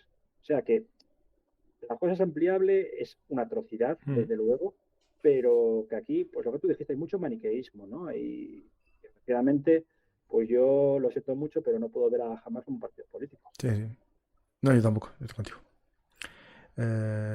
Hay una serie de preguntas, vamos ahí, porque yo más o menos dimos todos los puntos, ¿no, Miguel? Sí, sí, sí. Mariano. Vale. ¿Qué gana Irán desestabilizando la región? Pues lo que explicamos, Sí, sí, básicamente sí. ser el líder de la zona. En su guerra contra Arabia Saudí. Esto es una guerra así chiita-suní Es de por equilibrios de eso, poder. por lo que dije, perdón, lo del libro de Malcolm Kerr, la Guerra Fría Árabe, ¿no? De Arab Cold War. Es verdad que es antes de la caída del Shah y similar, pero ya en época del Shah había una especie de choque entre Arabia Saudí e Irán, y ya de aquella por una cosa tan sencilla, no tanto credo religioso, sino lo que has dicho muy bien, geopolítica y sobre todo, y ante todo, el oro negro, el petróleo. Sí, por desgracia está eso siempre. Hay una pregunta, si Pakistán es verdad que puede participar en mandando misiles de largo alcance. Podría ser porque es verdad que nominalmente Pakistán siempre ha estado un poco a todo. Ha vendido armas a Libia. De hecho, el padre de la bomba nuclear iraní, perdón, de la bomba nuclear pakistaní, el científico Abdul Qadir Khan, que murió hace exactamente 2 años de coronavirus. Yo creo que ahí fue un poco de justicia poética, pues también intentó vender uranio enriquecido a Irán para hacer esta que se llama tarta roja, que es una especie de punto de fisión y demás, y efectivamente, desde luego lo intentó hacer con Libia, pero Libia fue cuando tuvo Mm. miedo ante la caída de Saddam Hussein y se desarmó y entró temporalmente en el club de Occidente. Sí, sí. Pero sí que podría ser que Pakistán diese armas también a Hamas, ¿eh? Desde luego, dinero da. Las organizaciones islamistas de, ¿cómo se llama?, de grupos proselitistas, de la Dawa, etcétera, etcétera, etcétera, lo hacen. Y de hecho hubo un jefe del servicio secreto del ISI, del Interservicio de Inteligencia, Javed Nasir, que fue cesado por su apoyo incondicional con armas a los bosnios musulmanes durante la guerra contra Yugoslavia y también armas a Hamas. Mm. Ahí dice, yo no me suena, una caravana de beduinos dirigiéndose hacia Gaza. No, no sé, no me suena. Se demostró al final, yo No, por es un que no chico me también que suena. conoce Juan Carlos, Víctor Brasiliescu, debe ser mentira. Sí, Porque los beduinos, encima de que la mayoría de veces siguen siendo nómadas y pasan de todo, muchos están en las propias fuerzas de defensa israelíes como zapadores de minas. Yo creo que es un vídeo antiguo y que lo han montado de esa manera. No lo sé, no puedo verificar. En Israel hay una unidad de exploradores beduinos y, no, Exactamente, beduinos. y nadie está poniendo en duda a esa gente. Y encima, aparte de ello, beduinos, drusos, etcétera, esas minorías circasianos que son musulmanes. Pero ante todo y sobre todo, lo de los beduinos es que un beduino le llega un palestino de Hamas y le suelta algo y el beduino le pega 2 flechas. No, Cosa que muy a mal, ver, muy mal. no, y están viviendo muy bien los beduinos que en Israel, o sea, viven mucho mejor que en Gaza, o sea. Y no solo eso, si encima es que no tienen ni cédula Sí, de sí. identidad, y los que viven en Palestina es que, por ejemplo, la Autoridad Nacional Palestina en Cisjordania tienen un status quo por el cual la policía no les puede molestar. O sea que si Mm. llega alguien de Hamas a una chica beduina y le empieza a acosar algo de esto, el padre llega y le mete un escopetazo. Como aquí de los años 40, algún padre que Sí, sí. le joroba la virtud a la hija. Buenas tardes. ¿Cómo fueron los inicios de Hamas? Eso está pescado, más o menos. Y también lo de Israel lo comentamos. ¿Podría Rusia suministrar armas nucleares a Irán? Yo creo que suministrarlas no, pero sí tecnología. Y los Tecnología y ingenieros. técnicos, Sí. técnicos. Sobre todo a Irán hubo cuando fue, no sé si lo hablamos un día, si fue contigo, lo del virus este que Stuxnet, introdujeron. eso tengo yo un programa sobre el virus Stuxnet, sí. Stuxnet, exactamente. Pues cuando ocurrió el Stuxnet, desde luego había en la central principal de Irán, Bushehr, había ingenieros e ingenieras rusas. ¿Por qué digo de ingenieras? Porque muchas de ellas causaron revuelo porque no iban con el velo. Eso lo hemos leído en un libro de Alan Dershowitz, sí, sí, y de Ilan Pappé, que eso fue el principal problema. Y también llevaron a muchísimo científico procedente de Tartaristán, que era musulmán, los tártaros de Tartaristán, de Kazán procedían, Mm. para ayudar. Hubo más presencia de Rusia para armas nucleares y similares en Siria, porque hace 16 años hubo un bombardeo de la Fuerza Aérea Israelí contra una central nuclear en Deir al-Zor, en Siria, en la que murieron un ingeniero ruso y 3 ingenieros norcoreanos. Eso está demostrado. Madre mía, qué pregunta. Perdonad un momento. No sé si leer la pregunta y tildarla de lo que pienso o, o no sé. Si no sé si es muy dura o no, no lo sé. No sé. No, es que no sé si lo pueden hacer en serio. ¿Quieres que la lea? Adelante, adelante. Vale, ahí voy. Lo llamarán de todo, pero bueno. Lo siento por el que hizo la pregunta. Yo tengo un lema que es no hay pregunta estúpida sino respuesta, ¿no? Pero esto... Ahí va la pregunta. Daniel Sancho descuartizó a su novio. ¿Eso nos legitimiza a que ataquen a España? Está comparando esto, o sea, un asesinato que puede hacer cualquier persona en su vida a un acto terrorista, ¿no? Es que hay primer y fundamental, yo lo lamento muchísimo y con todo respeto, es que no sé qué contestar a la pregunta. No, yo creo que tiene que ser en broma, nadie puede hacer esta pregunta. Porque no, y aparte que no puedo contestar porque encima son completamente hechos distintos. Si fuese algo vinculante a que A un acto otro político. país hace lo mismo, no lo sé, es que no puedo responder. Ojalá pudiese, pero No conozco ningún acto de ningún país del mundo contra un criminal ordinario. Es decir, tú cometes un delito y te vas a la cárcel, pero nadie, no es un acto de terrorismo. Incluso, por ejemplo, por lo que estás hablando de criminales y por poner también un poco en órbita todo esto, cuando las fuerzas de preventiva de seguridad de Mohamed Daglan torturaban a gente de Hamas, la Unión Europea saltó diciendo, pero ¿qué coño hacéis? Perdón por el taco, torturando a prisioneros. O sea, que hay una legitimación para buscar un Estado democrático. Y, por ejemplo, la OLP, Al-Fatah, también tuvo sus momentos durísimos. Hubo momentos incluso que torturaron a soldados israelíes que habían retenido, pues, porque era un patrón fronterizo, etcétera. No jamás, estoy hablando de Fatah. Pero afortunadamente no llega más. Es que esta pregunta pues me ha pillado completamente. Yo entiendo que defiendes la causa palestina, pero esto no es la causa palestina. Esto, matar a 260 jóvenes que están en una fiesta, secuestrarlas, violar mujeres, llevar cadáveres y escupirlos, ultrajarlos por el camino de una chica alemana de 20 años. No, esa tenía 30, perdonad. Coger a una señora de 85 años en silla de ruedas con Alzheimer y llevársela para allí también. A ver, no nos confundamos las cosas. Cuando eso se hace porque eres un psicópata, te vas a la cárcel como toda la vida. Pero cuando lo haces por una causa política, te conviertes en terrorista. Y, por ejemplo, ahora quizás dicen, es que Israel hizo lo que se puede acusar, y yo lo digo, sí. ser acusada de crímenes de guerra de Israel. En Israel, perdón, desde Ehud Olmert hasta quizá Tzipi Livni, Saúl Mofad, el propio Ariel Sharon tuvo suerte de que salvó la parca de haber sido juzgado por lo que ocurrió en el 82 en el Líbano. Ello no quita al que digamos, como siempre, y es que estas cosas me pueden, y tú más. Sí. No, pero el Tumas, a ver, la OLP secuestró aviones en aquellos momentos, fueron considerados terroristas. Y el Frente Popular de Liberación pero llegaron, y la Hananá, en su momento, en el 46, los israelíes eran terroristas para los británicos. Claro. Es que, pero lo que no podemos es legitimar la violencia gratuita. Es decir, esto es violencia gratuita, no es... Mira, y un inciso rápido con respecto a esto. Hablo del año, pues esto debió ser hace por lo menos 6 o 7 años, y era el aniversario de la masacre de Beslan. Y me llegó un chico que, a ver, no voy a negarlo, era cabardo, era musulmán, había sufrido muchísimo la zona del Cáucaso con la contrainsurgencia rusa, y dijo, yo es que vivo Beslan todos los días. Y dije yo, ¿y eso te da pie para pensar que puedes condenarlo igualmente, pero quejarte de lo que hacen los rusos? También cae en ese cáliz de la venganza, pero me supera, no puedo. No lo he vivido, desgraciadamente. A ver, yo entiendo muchas cosas. Es decir, se puede llevar por la vía policial, como en España contra ETA llevamos la vía policial. En Israel, internamente, si tuvieran un grupo terrorista, sería vía policial, pero aquí como estamos hablando de un grupo de otro ente, una autoridad extranjera.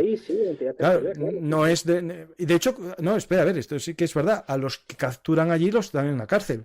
En Israel hay cárceles y hay condenados por terrorismo.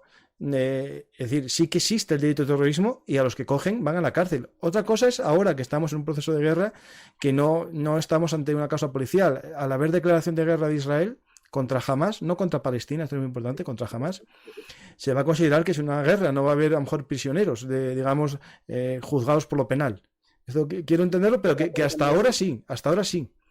Otra cosa que yo he sido un crítico, he sido un crítico con los asesinatos selectivos, porque creo que no llegan a ninguna parte, a pesar de que esa gente son salvajes. Y digo asesinatos selectivos que también pasaron por parte de Estados Unidos en Siria, pasaron con el programa de drones, y todo es susceptible de criticarse porque fueron auténticas barbaridades. De ahí a legitimar la violencia de uno u otro bando, pues para mí no. Yo no puedo, vamos. Yo el problema que tengo, que entiendo las guerras, yo llevo toda mi vida entendiendo guerras y leyendo libros de historia, empapándome la violencia, por desgracia, cuando yo no soy todo contra la violencia, pero lo que se hizo este día fue algo que solo hizo el ISIS. Fue el 11S aplicado, o el 11M aplicado a Israel. Sí. Claro, es lo mismo, no tengo dudas ninguna. ¿Contemplan la posibilidad de que Israel tome medidas contra Qatar o Turquía? Bueno, en la lista los tiene. En la lista los tiene y sobre todo van a bajar, a bote pronto las relaciones diplomáticas van a bajar. Si Qatar sigue dando financieramente ayuda y Turquía no es tanto financiera, pero sí diplomática. Es cierto que Turquía ha sido un pájaro espinoso, sobre todo por el tema de pasando petróleo a través de la frontera turco-siria, etcétera. Pero aquí el punto límite fue cuando hubo, que también fue un error por parte de Israel, que también es cierto que había gente de Hamas metido ahí, cuando se asaltó la flotilla de Gaza. Ahí sí, porque hubo muertos y eran, aunque fuesen de Hamas, eran muertos civiles. No tenían crímenes de sangre. Y aquello fue y bueno, pero claro, no sé si te mando la foto. Ahora, por ejemplo, anda el señor Erdogan hablando de lo de Gaza, muy legítimamente, pero hace 2 días ha bombardeado pues posiciones supuestamente del PKK en Rojava y ha matado a 150 personas. Claro, aquí cada uno define lo que está bien. Claro, es que es un... Es verdad que la flota de Gaza, claro, esto es un tema complejo porque en los acuerdos se había establecido una zona de exclusión marítima. Claro, marítima, eran aguas internacionales, sí, desde luego. Y eso fue también, una vez más, Netanyahu. Sí, pero la zona de exclusión no podían llegar. No podían, no. Es decir, sí que es verdad que en la zona de exclusión estaba de acuerdo los creadores de ese espacio en que no se podía estar. Etcétera. Sí. Esto hay que entender un poco los dos lados de la carta, ¿no? Es decir, cuando tú llegas a un pacto y lo quieres romper, pues a veces la vida tiene alguna consecuencia también, eso hay que entenderlo. ¿Qué pasará si se demuestra una vinculación directa con Irán? Y es que yo lo veo difícil que esto llegue a... Creo que ya salió a la palestra. Haniyeh, y no fue una bravuconada, estaba dando las gracias a Irán por todo su apoyo diplomático, pero también armamentístico, y lo dijo tal cual, si me pareció ver el vídeo correctamente. Se sabe perfectamente. Es complicado porque sabemos cómo acabó una intervención en Irak, en 2003.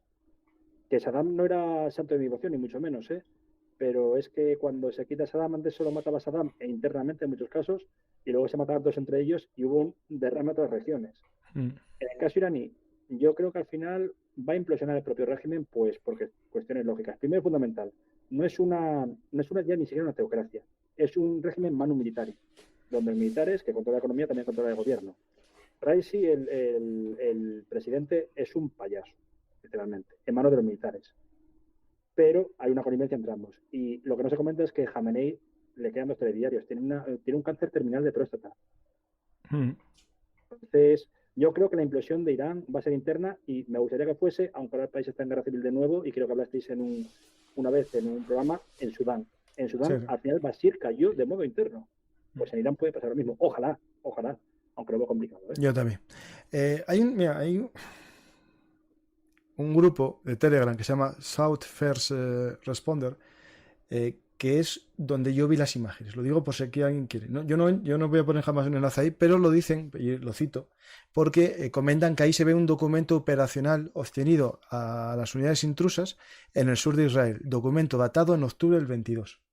Es decir, esto lo iban planeado ya hace tiempo. No, a ver, yo prefiero todo por sorpresa también. Lo que hablábamos de esta teoría de conspiración, que aún así le viene muy bien a Netanyahu para derivar todas las protestas internas que tenía por tanto pensiones como el precio de la vida, porque Tel Aviv es una ciudad más cara del mundo, pero sobre todo y ante todo por la reforma judicial, que hasta Bush y Herzog, el presidente, que no ni manda ni corta, porque es representante diplomático, firma leyes, pero Isaac, Bush y Herzog, el presidente de Israel, dijo, se aparca todo lo que es el tema de lo que son las protestas y hay que estar unidos. De hecho, se ha formado un gobierno de unidad nacional y me parece que afortunadamente se ha alargado al ministro de Defensa porque sí, que encima dijo aquella barbaridad. A mí me pareció que estaba fuera de tono decir que en Gaza solo había animales. Oiga, mire usted, no.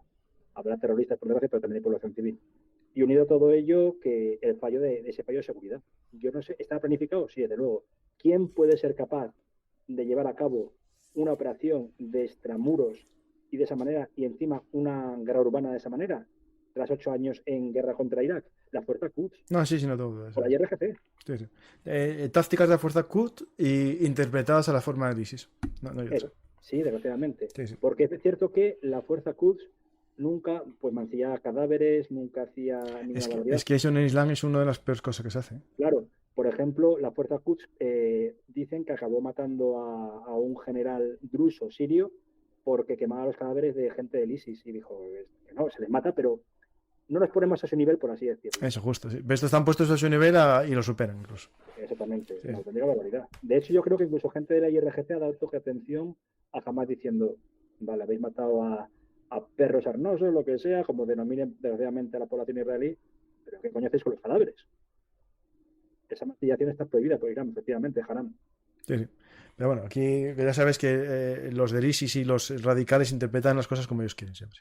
A ver, si me permites hacer un inciso rápido, hubo una internacional islamista, para que se vea que todo puede ser estos grupos radicales en un mismo cono, ¿no? Un mismo círculo. Hubo una internacional islamista, creo que fue en el 92, 93, 94, en Sudán, bajo auspicios del régimen de Omar al-Bashir y de su, digamos, primer ministro, que no me acuerdo el nombre, un clérigo bastante potente, en el cual estaban en connivencia tratando sus asuntos Al-Qaeda, Hezbollah, la IRGC y nominalmente creo que jamás o algún grupo tipo la llama islamilla.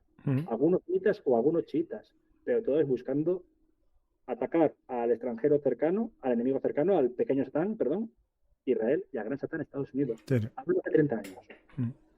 Pregunta ahí si Palestina tiene derecho a defenderse. Sí, sí, por supuesto. Lo que no tiene derecho es a hacer terrorismo. Claro, es que, y encima es que no es Palestina que hace terrorismo, pero vamos a referirnos. Es Gaza, es Hamas, porque Palestina por ahora, la autoridad palestina no está haciendo nada. No, y Mahmoud Abbas lo que dijo, por favor, que nadie ataque a israelíes, a los colonos.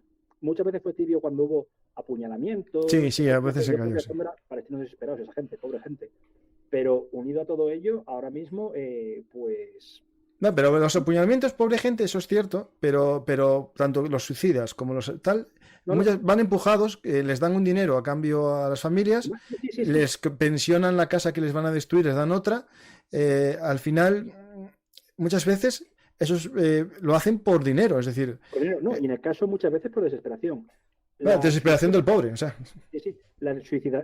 No, incluso desesperación me refiero. Muchas de estas suicidas que hubo palestinas vinculadas a Hamas eran chicas que habían sido repudiadas por el novio. Vale. Era terrible, porque también pasó con chechenas que han perdido al padre, al hijo, al marido y dicen que me queda matarme para acabar con el ocupante, ¿no? Es terrible. Sí, bueno, pero... en la serie Fadwa se ve eso. En Fauda. En la película Paradise Now también, una muy famosa que hay. Es todo un mundo muy complejo, más de lo que... Sí, pero que nadie en esos lugares intentó buscar la paz. Es decir, a mí me hace mucha gracia en el colegio de Gaza, los vídeos que yo tengo y vi que están en Twitter y puse uno de ellos. Se diferencia mucho al colegio de un hijo, o tu colegio de los normales aquí en España, que dan el día de la paz, el día de solidaridad, ahí dan el día del mártir, el día de la venganza, el día de... Claro. Tienen el día de Jerusalén, el día al-Quds, en el cual pues los niños desfilan, por desgracia, obligados, porque ves la cara de los niños en muchos casos, pues sobre la bandera de Israel y sobre la bandera de Estados Unidos.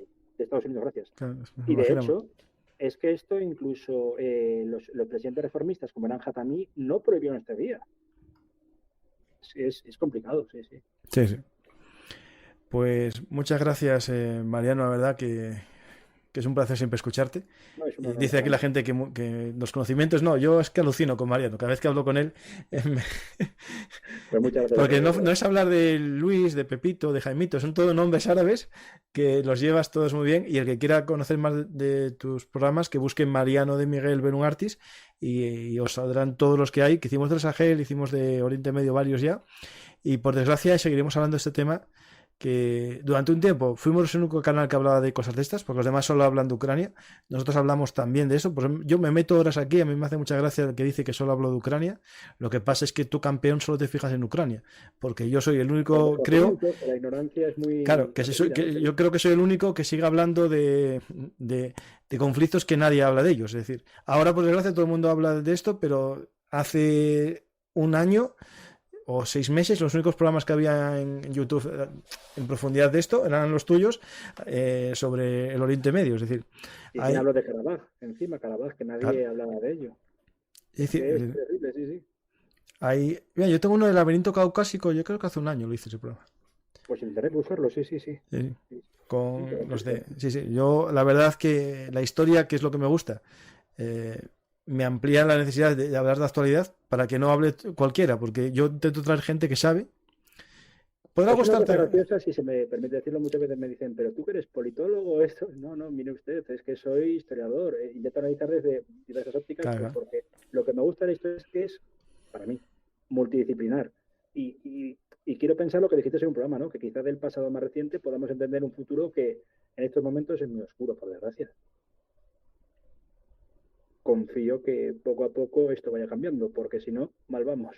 Dicen que con los conocimientos que tienes, ¿por qué no estás a nombre del Ministerio de Exteriores o del CNI? No, estás a cargo de la Consejería de Educación enseñando a los jóvenes españoles. Ojalá, de Madrid, que oye, poco a poco quiero pensar que mi trabajo, humildemente lo digo, pueda hacer, no ya un mundo mejor, sino mejores personas. Sí. Ojalá. Ojalá. Y con esto de nuestro nuevo altavoz llegaremos a más gente e intentaremos dar conocimiento en un mundo en el que hay mucho fake news, mucho influencer. Yo a veces me puedo confundir porque estoy en la inmediatez de la información, pero no hago como otros que mienten solo para llamar la atención y tener muchos followers de cosas que molan más. Es decir, si cuentas la verdad tienes menos seguidores que si cuentas mentiras.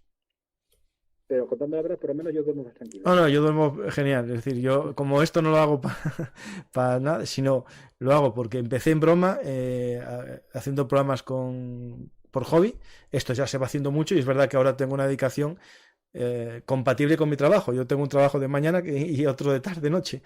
Y lo que no tengo es vida casi. O sea.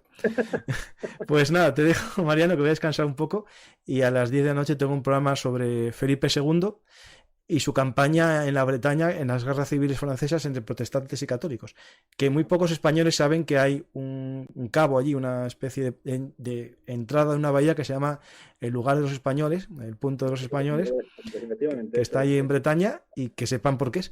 Pues estamos en todos lados, hasta en Francia. Pues muchas gracias, Mariano. Si quieres decir algo ya como despedida, el que te quiera seguir, Mr._de Miguel en Twitter. Exactamente, y no, como siempre, un placer estar con todos vosotros. Es un tema polémico, desde luego, yo acepto todas las críticas, desde luego que pueda haber, por ende, me parece lógico, y la crítica constructiva me parece más lógica aún. Lo que no podemos hacer es caer, vuelvo a repetir, en maniqueísmo y pensar que ninguna guerra es buena, desde luego, pero un acto terrorista tan brutal merece toda la condena. Sí, coincido contigo 100%, y lo que merece es ser contado para que nadie niegue que existió. Y eso es lo que intento hacer, aunque me preguntan si me están castigando. Sí, pues sí. Me desmonetizaron todos los programas que hice del tema, menos el de ayer. Me censuraron uno completo, me lo eliminaron de YouTube, el que hice el domingo con estrategias militares. No sé exactamente el motivo, no me lo contaron. El que hice yo solo de racia sigue, pero solo para mayores de 18 años y desmonetizado. Y por eso os pido a veces el apoyo, que invitéis a un café, que os hagáis mecenas, porque, a ver, yo esto no lo hago está claro, es decir, yo esto lo hago por hobby, pasión y por, sobre todo, divulgación de la historia, justo. Yo creo que quiero es que la gente aprenda, que no haya garrulos por el mundo, que la gente tenga cierto interés por saber. Pero claro, el tiempo que dedico, la verdad que en la vida también necesita todo su compensación. Como hago todo gratis, no hago ningún programa encerrado, exclusivo para fans, pues os pido que invitéis a café, que os hagáis mecenas, que enviéis un Bizum o lo que queráis. El programa que está eliminado está en otra plataforma, que lo compró un tal Max, que tiene una X ahora, que antes era un pajarito. Está ahí puesto, ¿vale? El que lo quiera ver está ahí y lo puede ver, porque por ahora allí no censuran tanto. Ya no pongo vídeos, si os fijáis, reduje los vídeos porque no sé exactamente cuál fue el motivo. Pues espero que este programa os haya servido para conocer lo que es la milicia Al-Quds y por qué están obsesionados con Jerusalén, ¿no? Están ahí, la roca, y todos quieren esa ciudad desde los tiempos en que se perdió. Los judíos lo perdieron, los cristianos lo perdieron y los musulmanes lo perdieron, y nadie lo quiere perder. Y ese es el problema de la ciudad de la Tierra Santa.